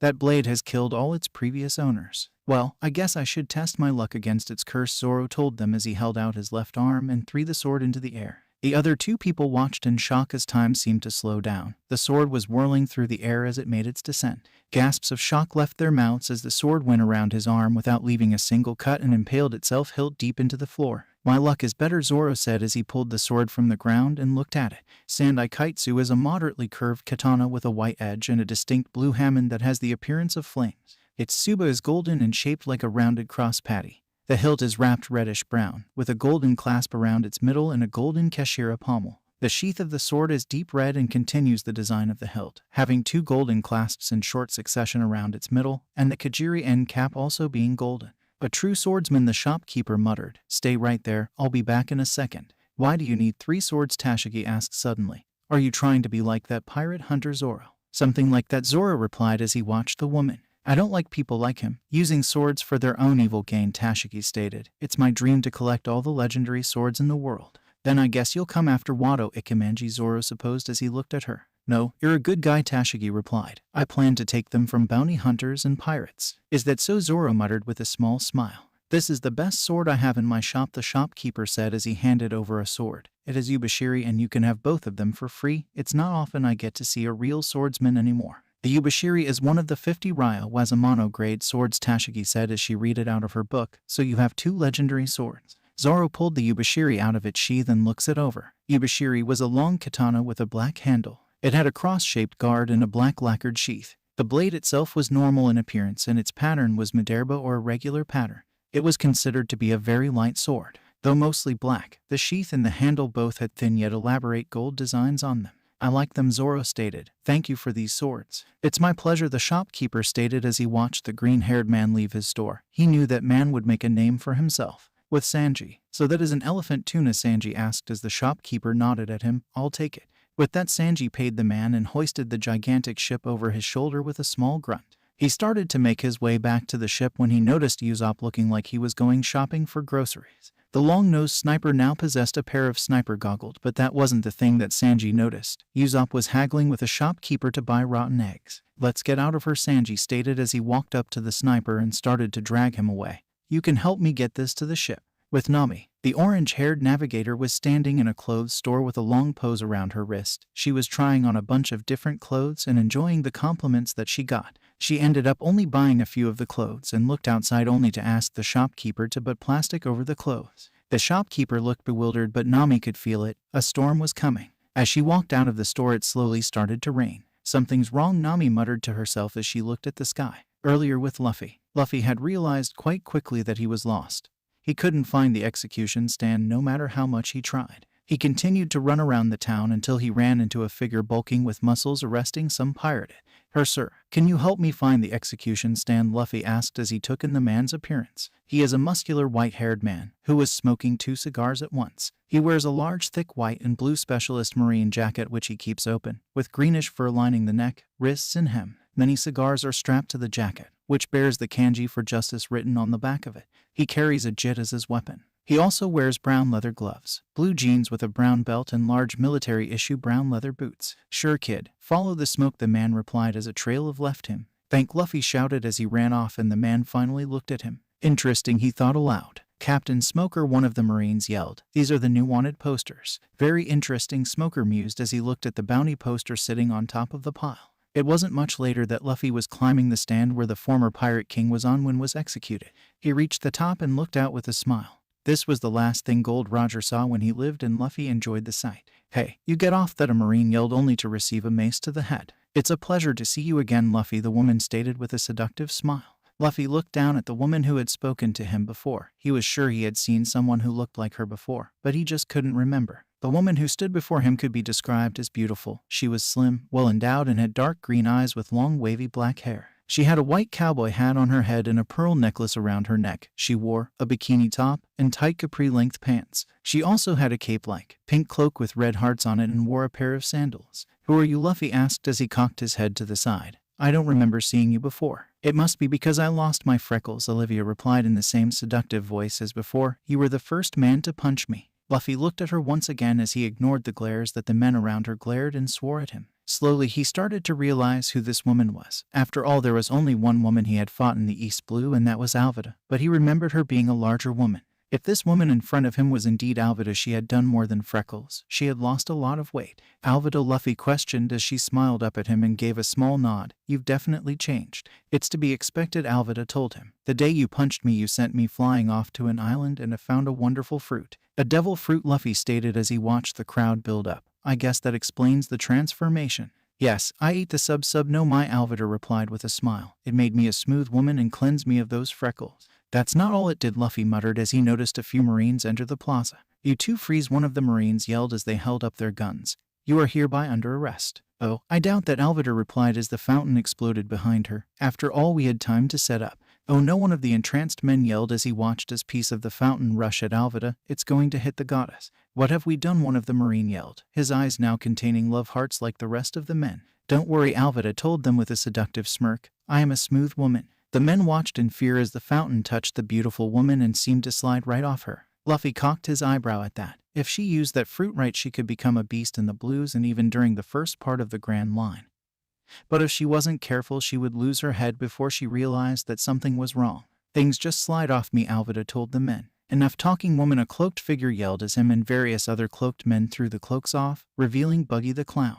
"Big nose," Luffy said as he stared down at the clown. Luffy wasn't stupid. As soon as he saw that the clown's first mate wasn't with him, he had activated his Kenbenshoku Haki. That was where the problems had started. As soon as his Haki started to detect the nearby auras, he was nearly brought to his knees. Someone was in the East Blue who wasn't supposed to be here, and he was watching him. He could feel that the man's aura had the same power behind it that Shanks had. Whoever he was, Luffy knew that he was too strong to fight. As Luffy looked in the direction of the aura he was feeling, he missed Cabbagey jumping from behind him and crashing down.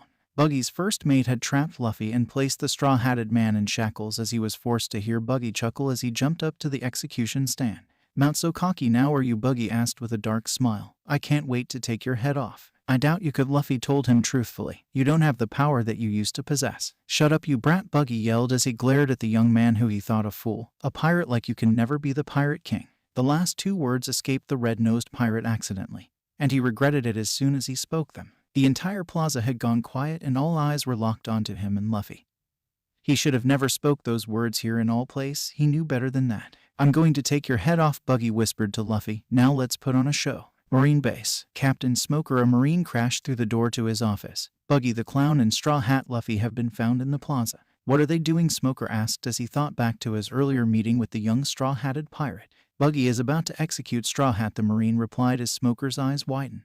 "I have to see this," Smoker stated as he left the room and headed for a roof near the plaza with Marines following him. With Zoro, a green-haired swordsman, couldn't believe that his crew had the audacity to move the ship from where it first was. He had retracted his steps only to find the docks and no going merry. As the swordsman walked back through the town, he felt that something was wrong. Something was happening that could affect him. "Did you hear about the execution that's about to take place?" Zoro heard a man ask another. "Supposable Buggy the Clown is about to execute that new rookie Straw Hat Luffy." "Luffy!" Zoro yelled as he ran toward where he realized a crowd was forming. "How did this happen?" "With Sanji." "Usopp, does something seem off to you?" Sanji asked as he watched the townspeople run in one direction. "They're all going towards the execution platform," Usopp replied. "I'm guessing something is going on." "Luffy!" the two yelled at the same time. "Usopp, take this to Mary and make sure that she is ready to sail," Sanji ordered as he dropped his end of the elephant tuna and dashed towards the plaza. With Luffy had blocked Buggy out once he realized that he wasn't in immediate danger. Buggy was giving a speech that would be remembered by the townspeople, or so he stated.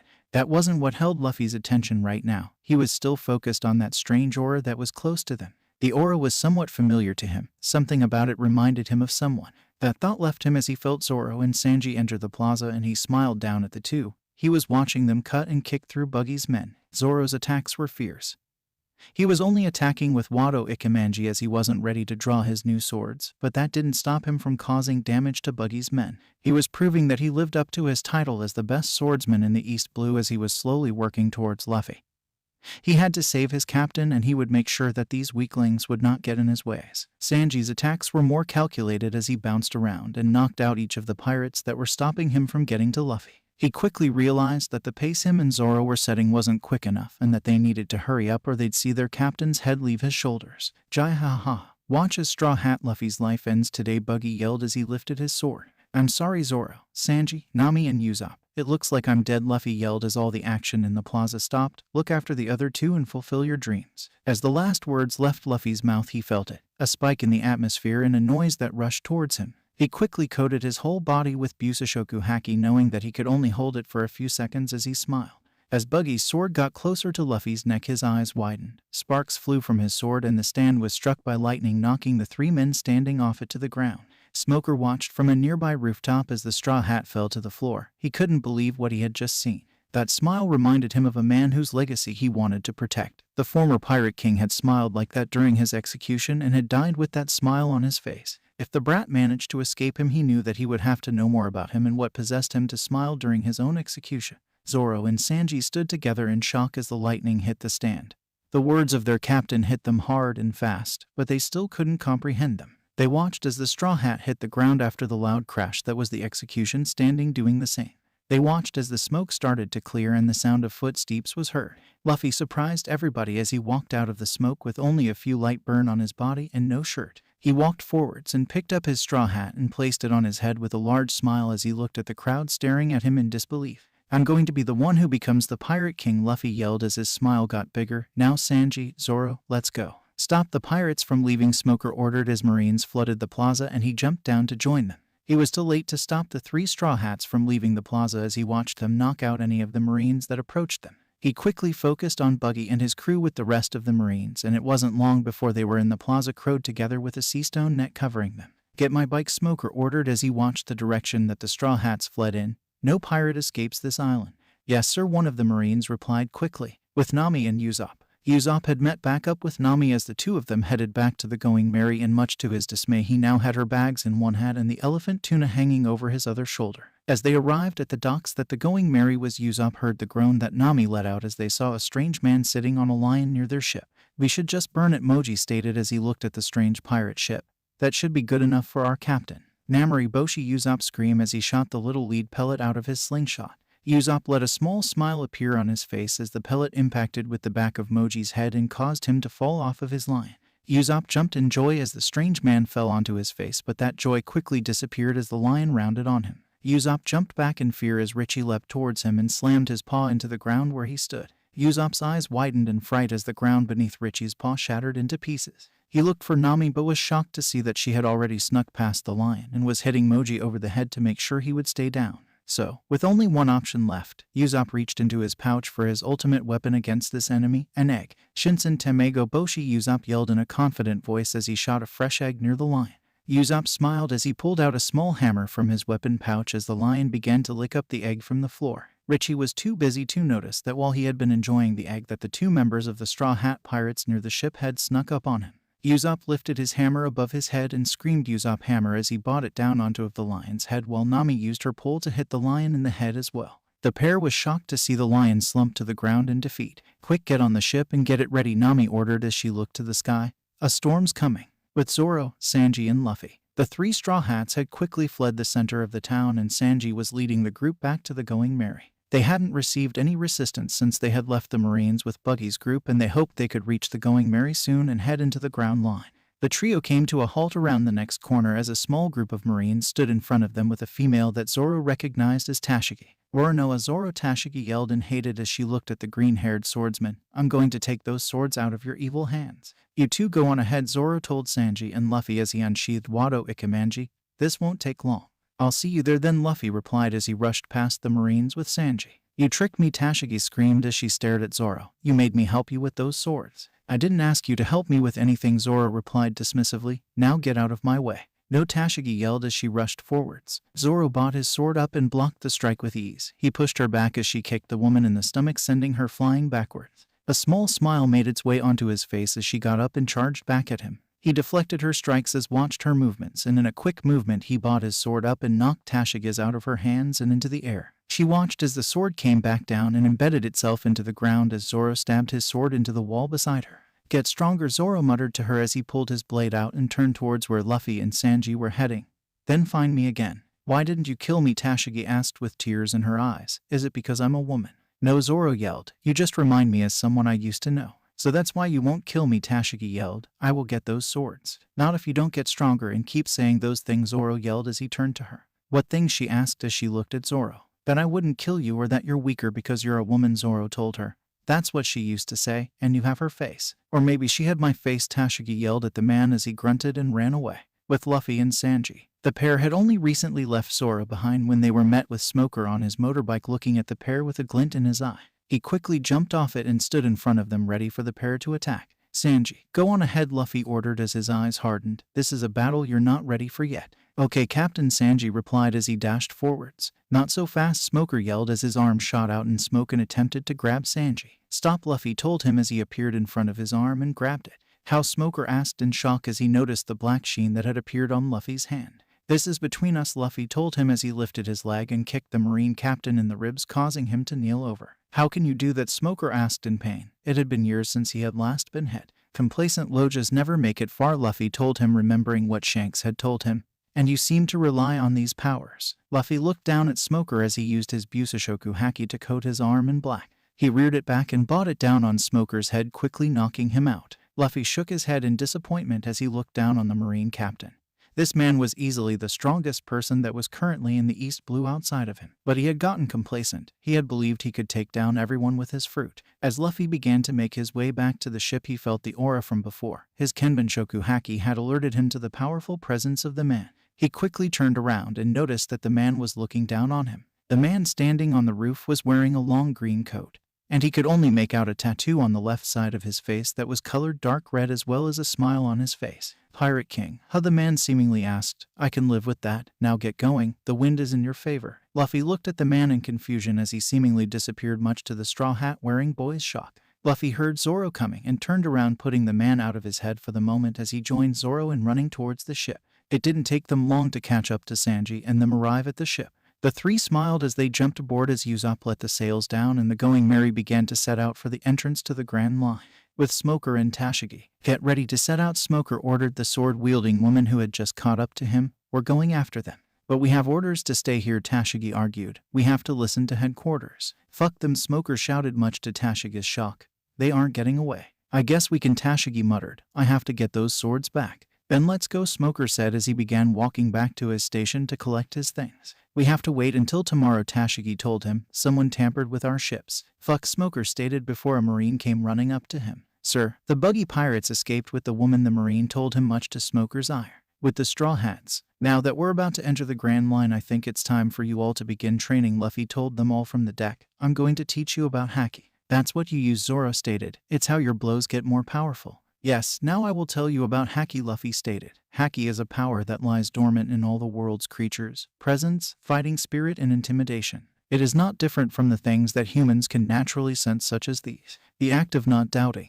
That is strength. What Usopp muttered as he looked at Luffy, who only laughed at him. It's just something that someone once told me. No, there is 3 different types of Haki, Luffy told them. Kenbenshoku Haki, which grants users a sixth sense of the world around them and limited precognitive abilities. Busashoku Haki, which allows the user to use their spirit as armor to defend against attacks or to make their own attacks more potent. And Heishoku Haki, a rare type of Haki only 1 in a million can use, which grants the user the ability to overpower the will of others. Sounds interesting, Zoro muttered. What will we be starting with? You and Sanji will be starting with Busashoku Haki as you are our frontline fighters, Luffy told him. And you two will begin training in Kenbenshoku Haki. Let's begin, Luffy yelled with a large smile. One day later, the storm had guided the Going Merry towards their destination when Luffy noticed the lighthouse that was in sight. With a large smile, he called his crew to him as they had nearly reached his destination. The start of the Grand Line. We're about to enter the most dangerous sea in the world, Luffy told them as he smiled. I thought it was only right for us to announce our dreams before we enter it. Fine, Zoro muttered as he brought his leg up above a barrel and slammed it down on it. I'm going to become the world's greatest swordsman. I'm going to find the all-blue, Sanji yelled as he did the same as Zoro. I'm going to draw a map of the world, Nami yelled, doing what the two crew members did before her. I'm going to become a brave warrior of the sea, Usopp yelled as he followed what his crew did.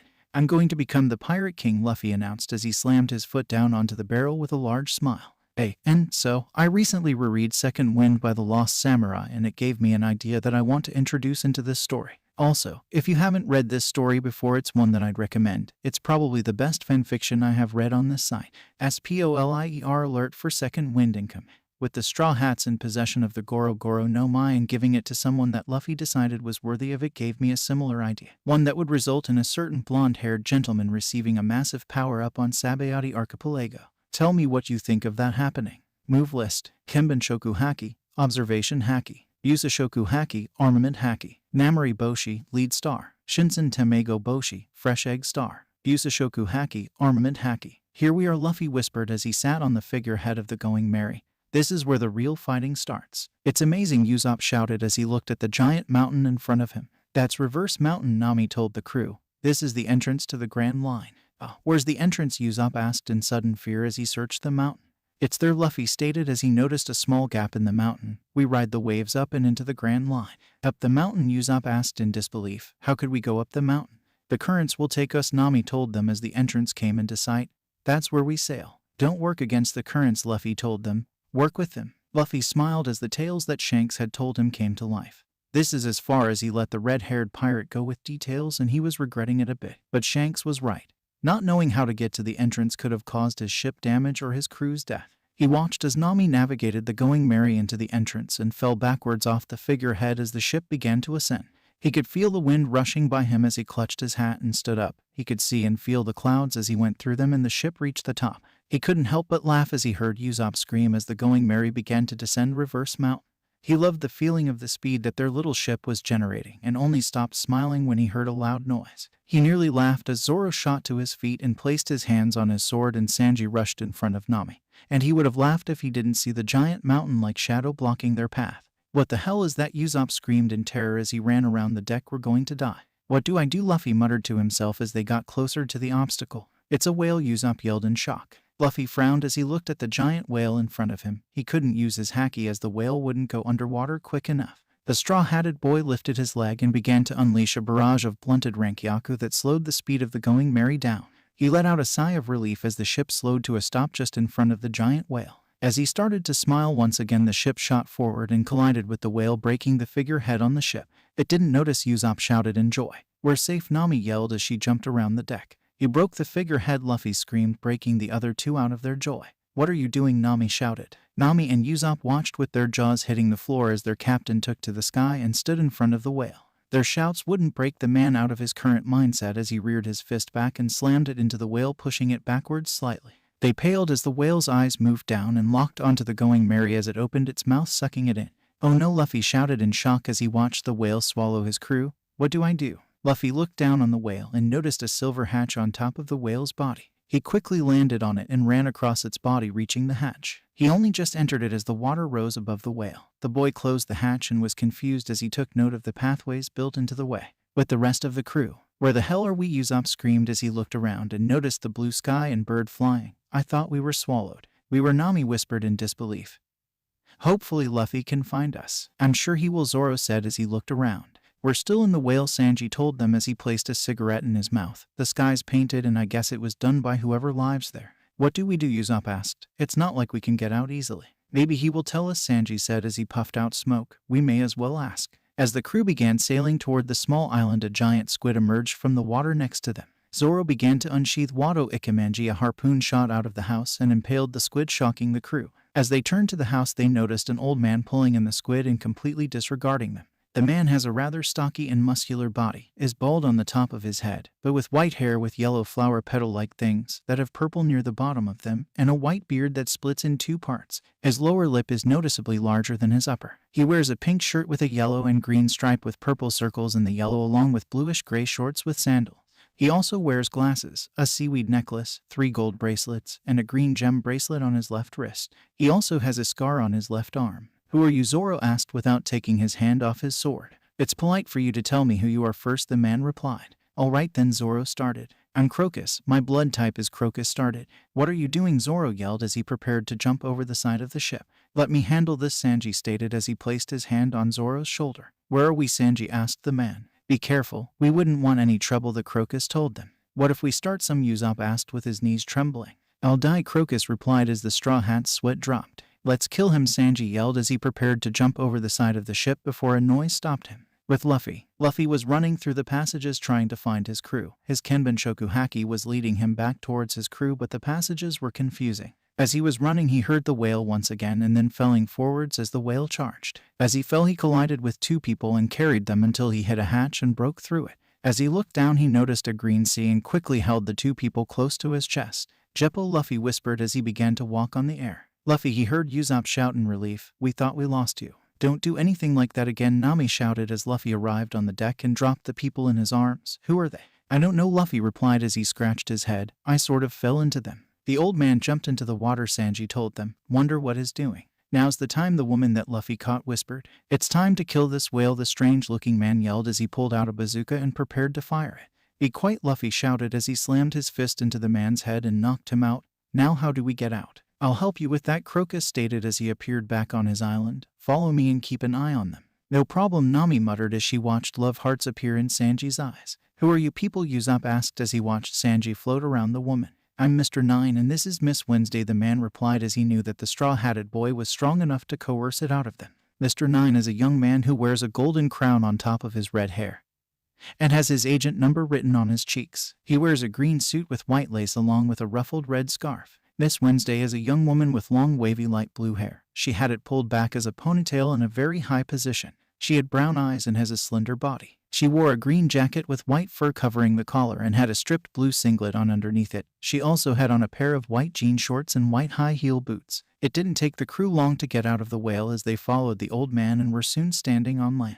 Luffy took in the whale. The whale is an extremely large blue whale, of comparable or greater size than the Sea Kings in the Calm Belt. He has many scars across his head and his eye alone is several times larger than the Going Merry. He has short fins and a tail that splits in two. That's Laboon, Crocus told Luffy with a sad face. He has those scars on his head from slamming it into Reverse Mountain. Why would he do that? Luffy asked in shock. Many years ago, when Laboon was much smaller, he befriended a pirate crew in the West Blue. He followed them into the Grand Line much to their shock and they convinced him to stay here, Crocus explained. They promised that they would come back for him and he has been waiting for them. I'm guessing they died, Nami said with a sad look in her eyes. Worse, I heard that they fled the Grand Line and have never come back for him, Crocus told the group. Since then he had been slamming his head into the mountain in hope of getting back to his crew. He knows, doesn't he? Luffy muttered as he looked at Laboon. I told him the truth years ago, Crocus stated. He just doesn't want to believe it. Jeppo, Luffy said as he took to the skies. Stop that, Laboon. The giant whale looked at Luffy as the pirate bounced through the air. He let out a large sound and charged at him. Luffy smiled as he reared his head back and punched the whale, causing it to stop. He watched as Laboon charged him once again only to be hit backward. This whale had some fight in him. How about we call it a draw, Luffy told Laboon. When I find Raftel, I'll come back here and we'll fight again. Laboon stared at the straw-hatted pirate as he dropped to the ground and took paint off of his ship. Within moments, Laboon had gained a badly drawn copy of the Straw Hat's Jolly Roger across his scars. Now if you slam your head into the mountain it will wash away, Luffy told him. You're now considered one of us. Laboon seemed to smile at Luffy as the boy landed on the ground and watched Zoro throw the two strangers from inside the whale into the sea. Crocus was smiling at him as he landed on the ground and he could tell her had made the flower-haired man happy. Brat, do you know that normal compasses don't work on the Grand Line? Crocus asked him as he started to measure the brat's worth. A friend told me long ago that I needed a log pose and we got one before we entered the Grand Line, Luffy told them as Nami showed the man the log pose. We're ready for these seas. It sounds like you are, Crocus laughed. Now where is your first destination? Can you help me and my friend get back to our home island? Miss Wednesday intruded. It seems our pose was broken. Sure, Luffy replied to them, as long as you promise not to come back here. We promise, Mr. Nine told him. We need to get to Whiskey Peak. Then to Whiskey Peak it is, Luffy yelled. See you, old man. See you, Laboon. Crocus couldn't help but smile at the young boy as an image overtook the one in front of him. A familiar man with a familiar smile stood in place of the young straw-hatted pirate, a man with the same straw hat and dark hair. You're right, Shank, Crocus muttered to himself. That boy has a strange atmosphere and it seems he has a crew that has the same presence. I hope you watch them. Roger. Move list. Rankyaku, Tempest Kick, Kenbenshoku Haki, Observation Haki, Jeppo, Moonwalk. "What are you all so tired about?" Zoro asked as he woke up from his nap to see most of his crew breathing deeply as well as the two strangers they picked up. "You'd know if you were awake," Nami screamed as she somehow gained shark-like teeth. "Bloody witch," Zoro muttered as he started to stretch. "How about we get some training in Luffy?" "May as well," Luffy replied as he smiled as his swordsman. "Sanji, get ready as well." "Nami, focus on the pose. Use up, see if you can hit us." "Aye, Captain," Sanji drawled as he pulled his cigarette from his mouth. "Right, and if I hit you, I'm Captain," Usopp yelled as he jumped to his feet and pulled out his slingshot. Miss Wednesday and Mr. Nine watched in shock as the Straw Hats fell into their training. They watched as the long-nosed sniper shot lead pellets from a slingshot at his captain only for him to seem to float around them. A blonde-haired chef jumped straight at the green-haired swordsman and began to dish out kicks. The swordsman began to block them with a white-colored sheath and jumped backward before he drew his blade and charged at his captain. The straw-hatted man blocked the sword with his own sheathed blade without even looking towards him, and then ducked the chef's kicks. "I can see an island," Nami yelled as she interrupted the island. "I guess this is goodbye then," Miss Wednesday told them. "This is as far as you need to take us," Mr. Nine said as he jumped overboard with Miss Wednesday and began to swim away. "They're weird," Luffy said as he watched them swim towards the island. "Just ignore them," Zoro told him as he stood up. "We're about to make port and it seems we have people waiting for us." "I guess the entire population is there," Luffy replied with a smile. Soon the Going Merry pulled into the port and the crew on board were shocked by the response from the citizens. They expected to be told to go away but were welcomed with cheers and promises of a celebration. They could hear many of the people congratulating them for reaching their first island, and two of those people stood out: the man at the front who seemed to be the mayor, and the nun that stood nearby. The mayor is a tall man with a small red nose and has blonde hair in a style that resembles a powdered wig. He dressed like a gentleman and had the number 8 at the tips of his collar. The curls in his hair also look similar to the number 8. The nun is a tall, muscular woman with dark skin and pink hair pulled into short twin tails. She wore the typical nun's costume that hid some of her muscles. My, the mayor sung. "I am Igarapoy, the mayor of Whiskey Peak, and I welcome you to a party held in celebration for your accomplishments. Can I ask when the log pose resets?" Nami asked. "Don't worry about that," the nun said. "Let's go inside and get the party started." "Something's not right," Nami whispered as she was whisked away with her crew and into the town center. Several hours later, the townspeople stood around the party in shock. The crew that they had invited in had proved to be a lively one that was currently running their stocks down. Their captain was eating and drinking his fill. His first mate and navigator were currently drinking the villages under the table. The sniper was flirting and telling what seemed to be truths but could only be perceived as lies, and their cook was flirting with every woman at the time.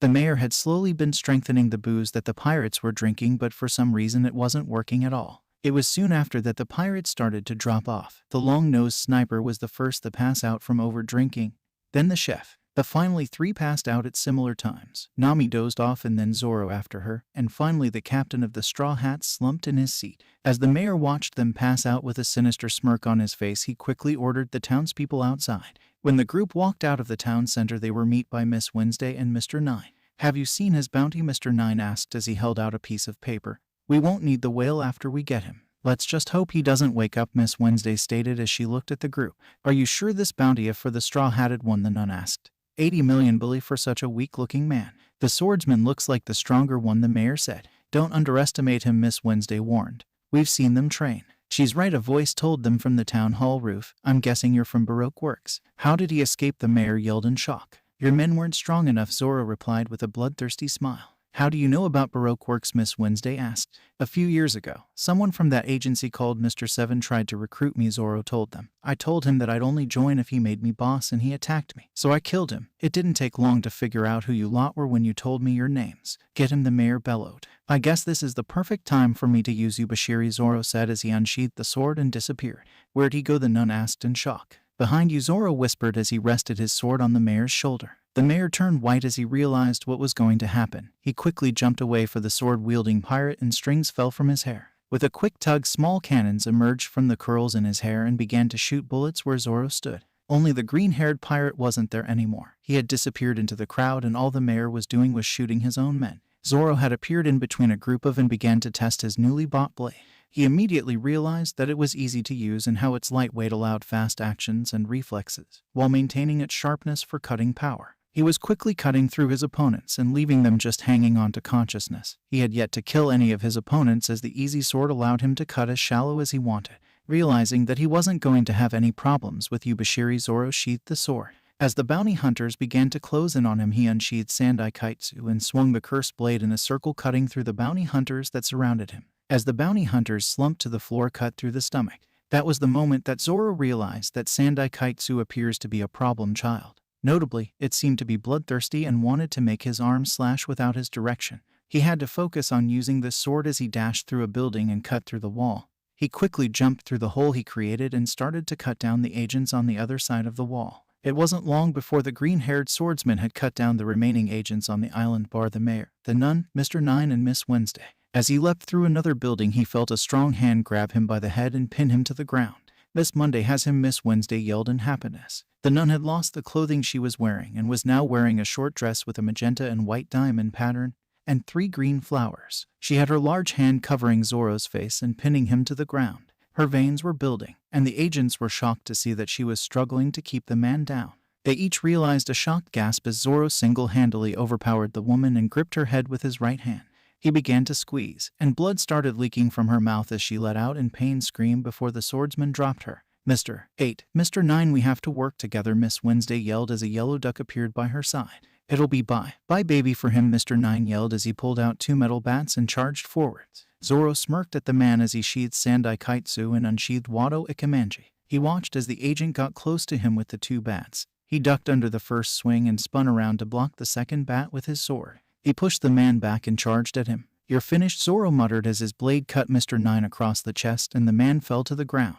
"Mr. 9, Miss Wednesday yelled as she pulled open her dress to reveal a spiral shirt.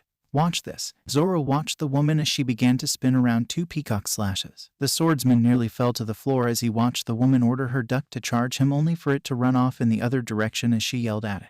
The swordsman had to make a quick dive to the side as bullets ran through where he had been standing. Zoro turned around as he placed Wado Ikemanji in his mouth and drew his other 2 blades. He took his bandana from his arm and tied it over his head as he started at the bounty hunter in front of him. He watched as the small cannons seemed to reload and shot more bullets at him. He quickly jumped to the side and dodged the bullets. As soon as he landed, he charged Mr. 8 and slashed his 2 blades at the man as blood began to seep from his suit. "Watch out," Zoro was heard as the Straw Hat Captain jumped behind his swordsman and caught a bat that was swung at his head.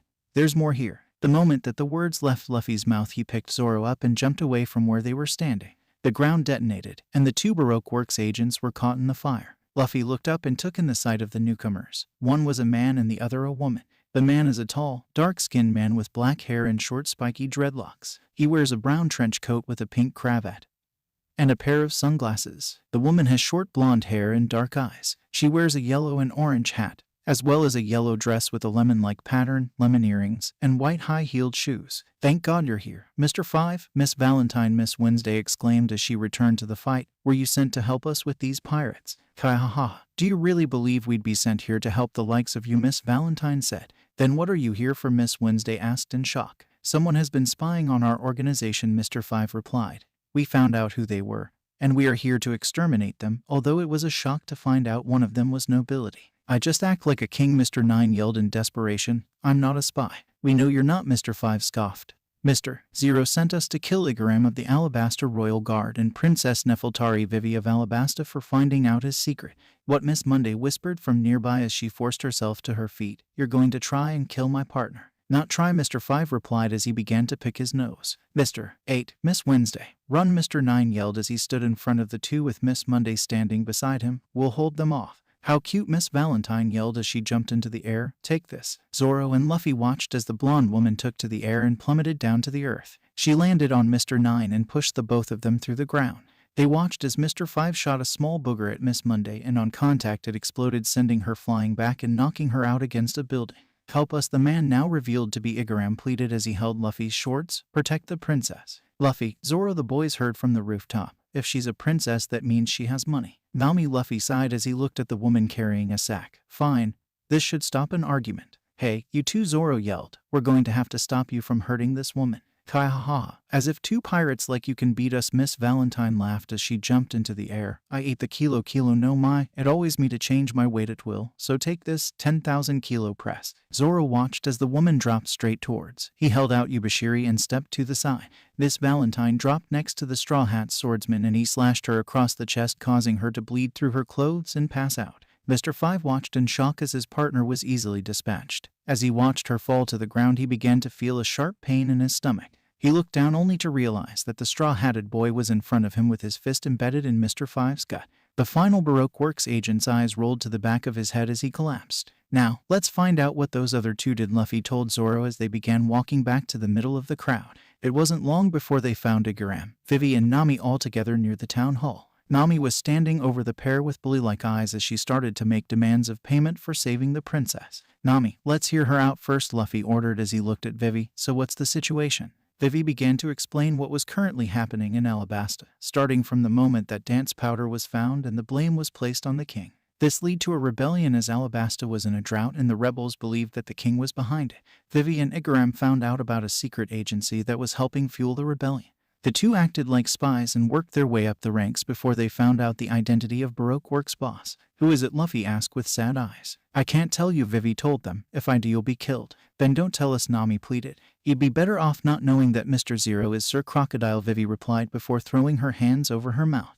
You idiot, Nami yelled in shock. The Shichibukai, Luffy asked as his eyes turned to stars. What have I done? Vivi cried. Now you'll be with us on the hit list. Not if we leave now, Nami replied as she turned around before seeing a strange sight. In front of her, first was a large, black-feathered vulture with white feathers toward the neck. Her skin is pink, and her beak is a light yellow. She wears a yellow aviator cap dotted with red flowers and black goggles. The other creature is a small, brown-furred otter with white fur around his snout. He wears a long-sleeved, light blue coat with purple dots, as well as black sunglasses. The unluckies, Miss Friday and Mr. 13, Vivi exclaimed in shock. Oh, they're good pictures, Nami told them as she noticed the pictures the pair had drawn. Okay, looks like we're helping. Good, Igaram told them. Go get your crewmates and we'll meet by your ship. Luffy and Zoro walked into the town center to see the sleeping forms of Usopp and Sanji. Zoro kicked the cook as Luffy woke up Usopp and told him to head to the ship. He told Sanji the same as the man was kicking Zoro's sheathed blade.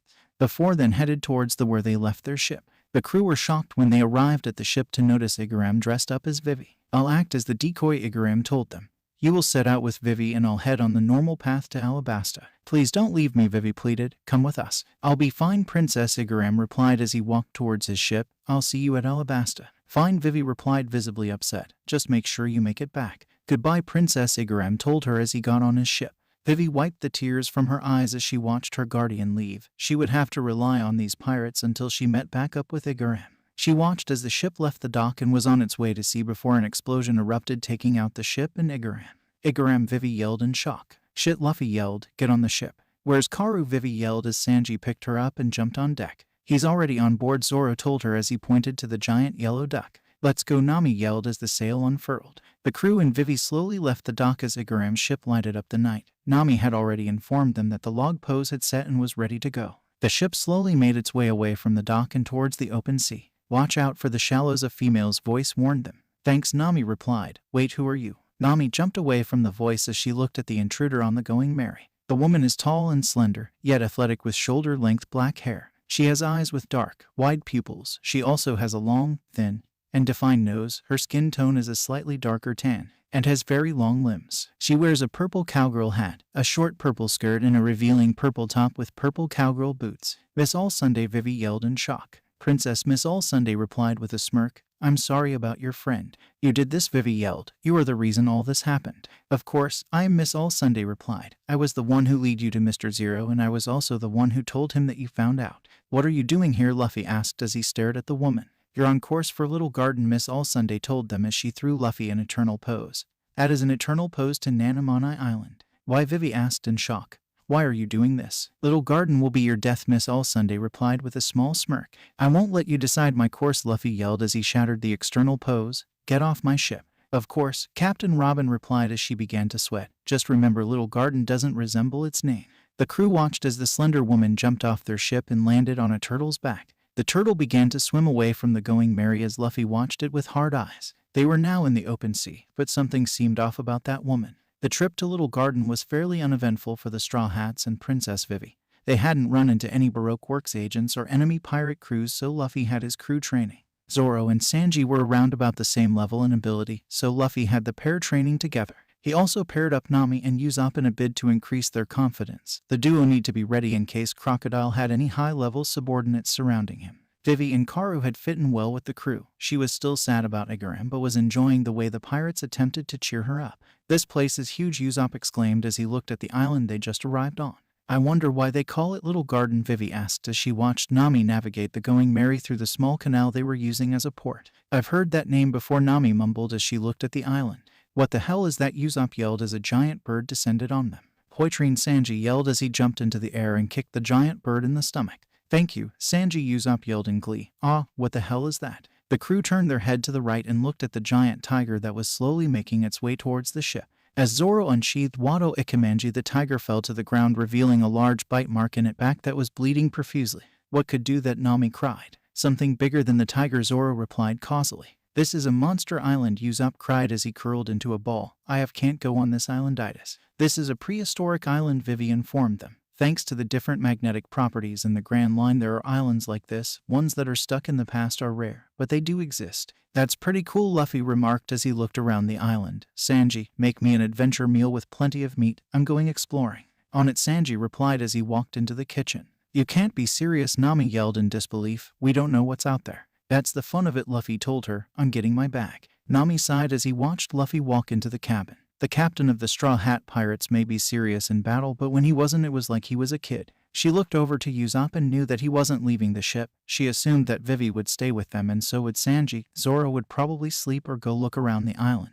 "I'm going with him," Vivi declared as Luffy walked out of the cabin. "Sanji, please make that 2 adventure boxes." "Of course," Vivi Swan was the reply from the kitchen. "No, don't go," Nami pleaded. "It's safer here." "Don't worry," Luffy told her. "I'll look after Vivi." "You better," Sanji told him as he handed over a box of meat to Luffy and Sanji. "Oi, Mosshead, are you doing anything?" "I think I'll look around," Dart Brow Zoro shot back. "Find some meat if you can then," Sanji told him. "I guess it's a good thing you're sending me then," Zoro replied. "I am the better hunter." "Was that a challenge?" Sanji asked as he glared at Zoro. "Not much of one," Zoro replied as he jumped from the ship. "Let's meet back here," Sanji yelled. "Biggest capture wins." "Easy," Zoro scoffed as he walked away. "I'll show him," Sanji said angry as he jumped from the Going Merry and walked in the opposite direction of Zoro. "See ya," Luffy yelled at Usopp and Nami as him and Vivi left the ship. "Have fun." "We're all alone," Usopp muttered in fear. Screams of terror were heard from the Going Merry as Usopp and Nami ran into the cabin to hide. Although Nami hid near the bookcase so she could see if there was some information about Little Garden, she had heard about it before, of that she was sure. With Luffy and Vivi, Vivi watched the captain of the Straw Hat Pirates with a smile on her face. She couldn't believe that this was the man that dispatched of Mr. Five so easily. She could feel that this man wasn't what she would call a normal pirate, and from her travels with him she could see that the man just want freedom. She giggled as she watched Luffy bounce around their current course until he stopped. She became worried as she noticed his face had gone white and his body went rigid. "Luffy, what's wrong?" Vivi asked in a worried tone. "I've been using my Kenbunchoku Haki to scout the island," Luffy informed Vivi. "I've known we're not alone for a while now. There's 6 other people on the island." "Is that what's got you worried?" Vivi asked in fright. If someone could scare Luffy, that means they were powerful. "No," Luffy replied as she sighed in relief. "There's another presence on this island. Something dark, but it's not a person." "What is it?" Vivi asked as she started to follow Luffy. "I don't know," he told her, "but it's just around here." Vivi cautiously followed Luffy through the forest of Little Garden. The straw-hatted boy kept stopping every few steps and looking around as if he was hoping to see something.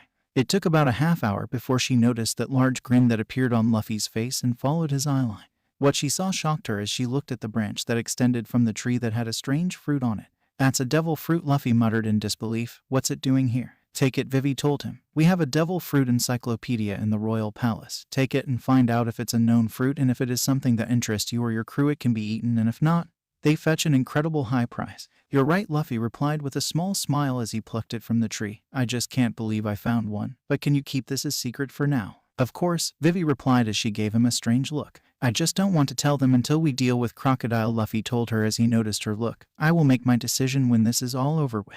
Vivi just nodded as she watched Luffy place the strange fruit in the backpack that he was carrying. As she got a decent look at it, she noticed that it is a large, round, light purple fruit made up of many small teardrop-shaped components with swirl patterns and green leaves sprouting from the top. Its overall shape and appearance closely resembles a pineapple or a bunch of oversized and teardrop-shaped grapes. "This sounds like the perfect time for lunch," Luffy stated as he looked at Vivi. "Let's get a view." All that was heard out of Vivi was an ep that caused her to blush in embarrassment as Luffy carried her through the air. It wasn't long before the pair fronted view. Although Vivi hated where it was as she sat next to Luffy eating her adventure box while on top of a Brachiosaurus, Vivi couldn't help but gulp when she looked down and saw how far above the ground they were. Oh shit, she heard Luffy mutter as loud footsteps could be heard than the swish of a sword through the air. Hold on. Luffy grabbed Vivi as the head of the dinosaur they were sitting on was cut clean off by a giant. Luffy stayed afloat using Jeppo and stared at the giant being in front of him. The giant was well built and possessed a long beard. He wore a Viking attire with a helmet that goes over his head, and Luffy could tell he would fit in the giant's palm easily. What are you doing? Luffy screamed at the giant. Oh, too little human, the giant stated as he looked at them. Did I nearly cut you? Of course, you did, Luffy yelled at him. We were sitting on the dinosaur's head. Then let me take you back to my camp and give you some of the meat as repayment, the giant replied. I'm Dory. Monkey D. Luffy told him with his signature smile, and meat sounds good. Are you sure, Luffy? Vivi asked timidly. Yes, Luffy replied without hesitation. With Nami and Usopp. Oh, Nami screamed in terror as she dropped the book she was holding. What's wrong? Usopp asked as he looked at her now pale face. I found out why this island is called Little Garden, Nami told him with terror etched on her face. Why? Usopp asked, already in fear of the answer. Because it looks like a little garden to its inhabitants, Nami told him as they both heard a roar. Dinosaur, Usopp shrieked in horror as he noticed the large T-Rex heading towards him. What do we do? Nami asked as she hugged Usopp. I don't know, Usopp replied as he started to cry. The pair watched as the T-Rex closed in on the ship and they prepared to be feasted upon. That was until a giant axe swung through the T-Rex's head and decapitated the intimidating dinosaur. It was much to their fright that they noticed a giant now smiling down at them with a bloody axe. The giant wore a Viking costume, which consists of a red overall with golden button straps, fur linings, a leather strap around his right shoulder and another as a belt, yellow pants with black stripes and fur linings at the bottom, yellow shoes, and a red helmet with 2 horns. He has a blonde beard shaped like an axe's blade, beady eyes, a wide grin, and a pig-like nose. Oh, humans, the giant said as he smiled down at them. My name's Brogy. Nami the navigator stuttered out her name. Usopp was all the sniper could say as the pair turned as white as a ghost. Do you happen to have any alcohol? Brogy asked. Cooking alcohol, Nami replied through chattering teeth. That'll do, Brogy replied as he watched the humans roll out barrels of alcohol for him. Thank you for that. I'll take you back to my camp for a feast. Play dead, Usopp whispered to Nami as the pair crumpled to the ground. Looks like they're sleeping, Brogy said to himself as he picked up Nami and Usopp. I bet they'll enjoy T-Rex meat. Earlier in a wax igloo, unbeknownst to the Straw Hats and Vivi, a secret meeting was taking place that would dictate events that would affect them. Mr. Five and Miss Valentine were standing across from 2 figures that could only belong to Baroque works. The 2 figures were a man and what seemed like a small child. The man was known as Mr. 3 and the female was known as Miss Golden Week. Mr. 3 is an average-sized man with a rather frail-looking build. He has 3s visible on his vest design, upper part of his glasses, and 1 big 3 achieved through his top knot. He also wears glasses and has neatly combed hair. He was also seen wearing a log pose on his left wrist. He wore a blue striped vest with light brown long pants. Miss Golden Week is a small child, with relatively large eyes and circles of blush on her cheeks. She is fairly short in stature and wears her dark red hair tied in braided pigtails. Her attire consists of a wide-brimmed pink hat with a green band, a dark blue t-shirt with the word golden written on it in pink, a sky blue cloud-patterned button-down shirt, a maroon-colored overall skirt with the top folded down, blue striped stockings, and big red shoes with white cuffs and white soles. She is also eating rice crackers. So, you've come here for Straw Hat Luffy's bounty? Gain, Mr. 3 asked as he stared at the 2 lower agents. Yes, he's here on the island and his crew and Princess Vivi all have extermination orders, Mr. 5 told him. We also have to take out these 2, Mr. 3 told Mr. 5 and Miss Valentine as he showed them 2 wanted posters for the giants worth 100 million billy each, plus Straw Hat, and we have a nice amount. Gain. How do you plan to do this, Mr. 5 asked. We kill them, of course, Mr. 3 said as if it was easy. Here's the plan. With Luffy and Vivi. So, you've been fighting for 100 years, exclaimed Vivi in shock. Why would you do that? We forgot why we even started, Dory told her, much to her shock, but it doesn't matter anymore. Why would you do that? Vivi asked as she didn't understand. He had to, Luffy told her. It's something he knows he has to do. With Usopp and Nami. Do you think I could be like you? Usopp asked with wide-eyed. A giant Brogy laughed as he looked down at Usopp. No, a brave warrior of the sea, Usopp asked. I want to be just like you. Of course, Brogy replied as he looked at the sniper, and when you do, make sure you sail to our homeland Elba. Usopp was smiling up at the giant as a giant erupting from a volcano went off, shocking the 2 humans at the camp. Brogy quickly explained that this was the signal for him to start the battle and went off to face Dory with Usopp's wishes of luck. Let's go, Nami urged as she tugged on Usopp's sleeve. Before he eats us. He won't, Usopp replied with conviction. I'm staying here. Fine, Nami said in a huff as she ran from the clearing. Usopp watched as Nami left the clearing with a bad feeling. As he heard the clashing of metal, he got to his feet and ran after the navigator. That was until he heard a growl that sent him running back to the camp. Meanwhile, Nami was running through the forest as she started to panic. Her ears must have been deceiving her. It seemed someone was following her. Luffy, Nami asked in shock as she noticed a shadowy figure in the trees. Stop playing around. No one's playing, a sinister voice whispered in her ear before she passed out. That's one down. With Zoro, dark brows going to be embarrassed, Zoro said to himself as he pulled a giant triceratops behind him. Zoro continued to walk through the forest, pulling the giant dinosaur behind him until he saw two figures. One was Nami and the other Vivi. That threw him for a loop as he was sure that Vivi was with Luffy. As he opened his mouth to question them, he was rushed from behind and knocked out by an explosion. Told you there are better uses for your fruit, a voice spoke out of the shadows. With Usopp.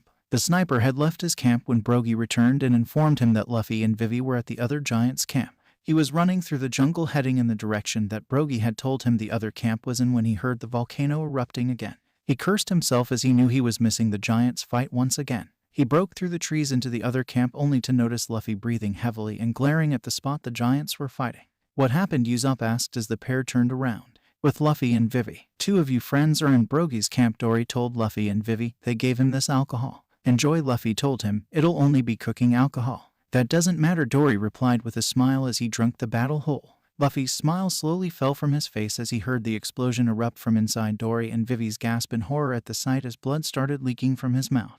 Dory's eyes turned red as he glared at Luffy and rose to his feet. You did this, Dory roared as he slammed his hand down at Luffy. This wasn't us, Luffy yelled back as he caught the giant's hand. Stop before you hurt yourself more. You're lucky this has weakened me, Dory told him as the volcano erupted. It's time to fight. You can't fight like that, Luffy yelled. Don't make me stop you. I'm fighting, Dory roared as he lifted his sword. Luffy drew Stormbringer and coated it in Busoshoku Haki as Dory's sword clashed with his. It took all his strength to hold back the giant's strike before he was kicked away, and the giant ran towards battle. Luffy stood back up and started to gain his breath back as he stared at the retreating giant. What happened? Luffy heard Usopp asked. We're not alone, Luffy told Usopp as he began to stretch his Kenbenshoku Haki across the island. Shit. What? Usopp asked as he noticed the look across his captain's face. They have Nami and Zoro, as well as Karu, Luffy informed them, and now they have the giants. What? Usopp screamed as he looked towards the battle only to realize it stopped. Dory was injured, Luffy told him. These Baroque Works agents has interfered in the battle. They interfere with a battle of the brave warrior, Usopp yelled in outrage. Let's get them. Good idea, Luffy replied with a smile. Let's go. With Zoro and Nami. So, you were caught as well, Nami stated as her legs were stuck in a giant wax candle next to Zoro. How? Tricked, Zoro replied casually. I can probably cut our legs off so we can escape. Don't do that, Nami yelled in anger. Don't cut our legs off. It was just a suggestion, Zoro muttered as he looked down at the Baroque Works agents.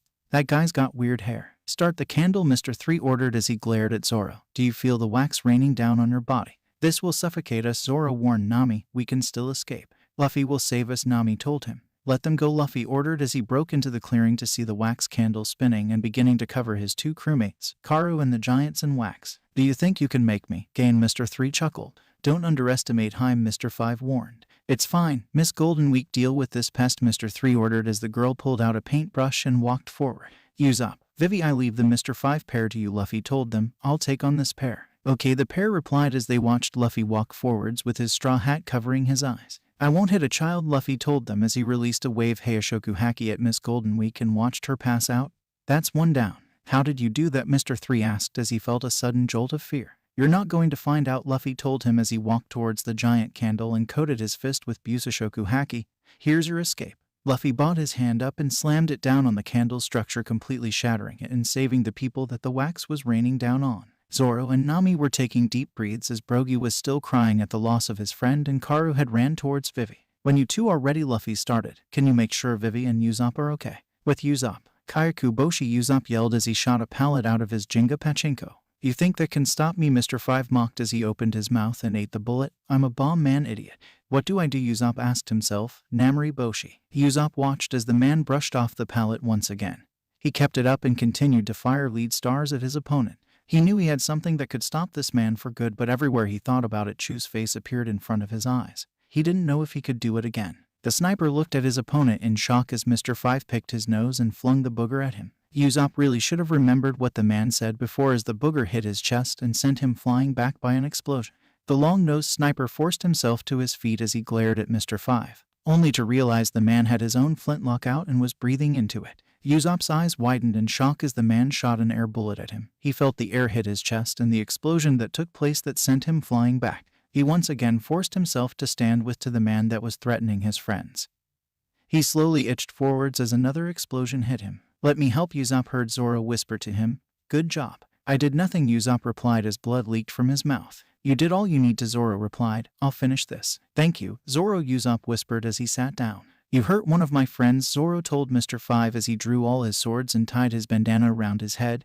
"You'll pay for that." "I won't underestimate you this time," Mr. 5 replied as he aimed his flintlock. "Santoryu, Toragari," Zoro yelled as he charged forward. Mr. 5's eyes opened in shock as a tiger appeared behind Zoro, and the green-haired swordsman's swords cut into his chest. Zoro appeared behind the man as he flicked the blood off his swords and sheathed them as the bomb man collapsed to the ground and quickly lost consciousness. "Don't chase us any further," Zoro told the unconscious man. "You're lucky I left you alive." With Vivi, bruises covered the princess as she was spitting up blood. The gloating Miss Valentine was standing above her with a single foot on her back. She had been lowering and increasing the weight that was in her foot and pushing Vivi into the ground.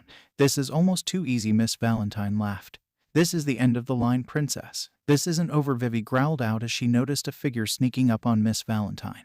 "This will be the last time we see each other, though." "Keep thinking it isn't over," Miss Valentine sneered. "It's over now," Nami shouted as she brought her metal staff high above her head and slammed it down on Miss Valentine's head, knocking the woman out. "Damn, she was like glass." "Thanks, Nami," Vivi coughed out. "Don't worry," Nami told her as she took her shirt off. "Use this for the blood." With Luffy, Candle Champion Mr. 3 yelled as his wax surrounded him and formed his ultimate defense and offense. "Is this the best you can do?" Luffy growled as he looked at the man. "You hurt my friends and you're relying on this." "This is my ultimate skill," Mr. 3 bragged. "You may as well quick." Shigen, Luffy muttered as he coated his index finger with Busashoku Haki and slammed it into the chest of the Candle Champion.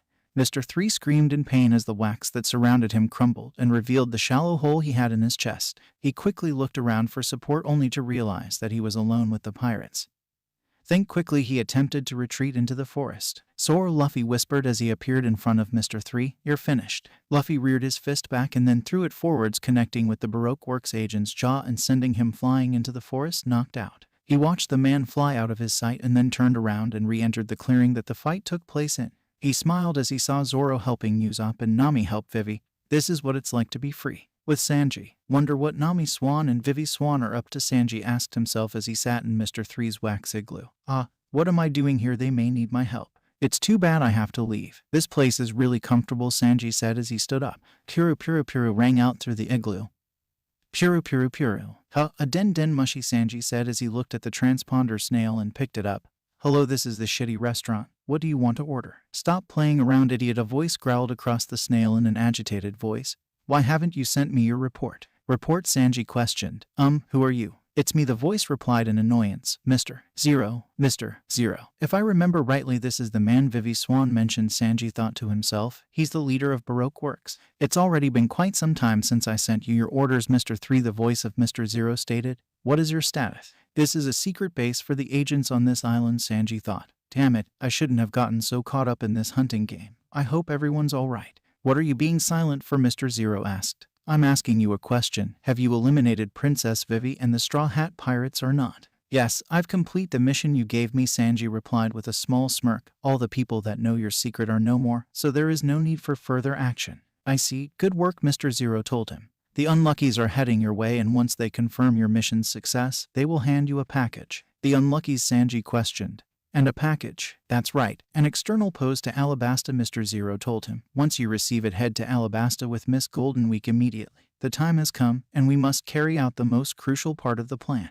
You will await further details once you arrive in Alabasta." "What the hell are they?" Sanji asked himself as he saw two animals sitting in the window. "What's the matter?" Mr. Zero asked as the animals pulled out weapons. "No, it's not." Sanji was cut off as the pair attacked him. Sanji jumped into the air as the otter charged him with a pair of blades. He quickly dodged the sharp blades and jumped above the otter. He brought his right leg down on top of the otter's head and knocked him out as the vulture appeared behind him and started to fire the gun attached to her back. Sanji was forced to run across the room and jump above the vulture, once again bringing his leg down and knocking the animal out. "What was that?" Mr. Zero's voice cut through the room. "Oh, never mind that. It's really nothing," Sanji told the man. "One of the Straw Hats turned out to be barely alive and attacked me. I finished him off for sure, so don't worry." "One of them was alive?" Crocodile questioned in anger. "Didn't you just say that you had carried out the mission successfully?" I thought I had, Sanji replied, but one of them proved to be more tenacious than I thought. So, in short, you had given me a false report at the time, Mr. Zero questioned in anger. I suppose that's true if you want to get technical, Sanji told him. But I really did finish him off this time, so there's really no need for further pursuit. Fine, just head straight for Alabasta, Mr. Zero breathed out. This will be the last time that I contact you by Den Den Mushi. I can't afford to have the Marines intercepting my calls. From now on, all orders shall be delivered the traditional way. That is all. Sanji looked at the Den Den Mushi as Mr. Zero hung up on him, and he released a sigh of relief. Hopefully the man had bought the story. He looked around the room and noticed the strange item next to the unluckies. He bent down and picked it up as he read Alabasta off the bottom of it. So, this is the eternal pose, Sanji muttered. This should help us with Mr. Zero. Miss All Sunday, Crocodile said as he looked at the woman. Yes, she replied. Send Mr. 2 to Little Garden, he ordered. His orders are to lie in wait amongst the route between Alabasta and Little Garden and assassinate Mr. 3. Rather violent, aren't you, Miss All Sunday chuckled. Sir Crocodile, I still have enough capable officers. Do you really want to talk back to me? Crocodile warned as he walked out of the room. No, I'll carry out the orders at once, Miss All Sunday replied with a smirk. With Luffy's group. Kabababababa, Brogy laughed as he hugged the now sitting up Dory. I can't believe you are alive. It's because we have been battling for so long, Dory replied. Our weapons are blunted. I'm sorry, Vivi told them. It's my fault that this happened. Don't even say that, Nami told her. It could also be our fault, Brogy told them. We have bounties of 100 million billy each. I forgot about them, Dory admitted. So, do you know how long the log pose takes to set? Nami asked the two laughing giants. 1 year, Brogy replied, suddenly serious. But no one survives that long, Dory told them. Nami Swan and Vivi Swan. Thank God you're okay, Sanji yelled as he ran into the clearing. Now he shows up, Usopp muttered. The hell is that? Sanji yelled as he looked at the giant. Are you Mr. 3? How do you know about Mr. 3? Nami questioned as Sanji looked at her. Oh my, a goddess, Sanji swooned as he noticed her lack of a top. But about Mr. 3, I was just talking to Mr. 0. What? Vivi yelled in shock. I told him we were all dead, Sanji told. They won't be chasing us for now, and we also have this. An external pose, Vivi yelled in delight as Nami took the pose from Sanji's hand. Boy, Dirt Brow, Zoro yelled. I won the hunting contest. Bullshit, Mosshead, Sanji yelled. My catch was bigger. You two take the catches back to the Going Merry, Luffy told them as he looked at the giants. All right then, Mr. Round, Mr. Giant, we'll be taking off. Busy little buggers, aren't you? Brogy chuckled. I hope your country's safe, Dory told Vivi. Thank you, Vivi cried. I'll definitely go to Elbaf one day, Master Usopp yelled as he chased his crew back to the Going Merry. Our friends are setting sail, Brogy said aloud. They'll need our help to get off the island, Dory replied with smile. On the Going Merry. Hurry up, you two, Nami yelled from the deck. Cut up the meat and stop arguing. Fine, Zoro replied as he started cutting through the dinosaurs. It wasn't long before the Going Merry was sailing through the waterway in Little Garden and out towards the sea. As they began to exit the waterway, they noticed Dory and Brogy standing on each side of it facing the sea with their weapons in their hand. The reason that the people that come to Little Garden never make it to the next island is straight ahead, Brogy told them. You all risked your lives for our, Dory stated. Thus in turn, no matter the foe, we must not let those lives be wasted. Trust in us and sail ahead, Brogy told them. No matter what happens, sail straight ahead. Got it, Luffy replied from the deck. One day the giants said together, may we meet again. Look ahead, Nami screamed in terror as the water began to rise. So, you've come, Island Eater, Dory said as he glared at the giant goldfish. In the name of Elbaf, we'll clear a path, Brogy stated. Grab the helm or we'll be swallowed, Nami yelled. We can't, Usopp yelled with a white face. We're sailing straight ahead, right, Luffy? Right, Luffy replied as Nami began to cry in terror. The Going Merry sailed straight into the mouth of the giant goldfish as the two giants brought their weapons back. With a swing of their weapons, they let out a flying slash that cut through the goldfish and launched the Going Merry out to sea. As the slash finished, the weapons crumbled from use and the goldfish floated in the water, finally killed before it could kill their little human friends. Thank you, Luffy yelled from the Going Merry to Alabasta. Move list. Poitrine, chest. Kenbenshoku Haki, Observation Haki. Jeppo, Moonwalk. Busashoku Haki, Armament Haki. Heishoku Haki, Conqueror's Haki. Kayaku Boshi, Gunpowder Star. Namori Boshi, Lead Star. Toragari, Tiger Trap. Shigen, Finger Pistol. Soru, Shave. Okay, sadly the chapter is over. And if you enjoyed the video, just leave a like and subscribe with post notification. So when the next chapter is ready, you will be notified. Okay, see you in the next video. Bye.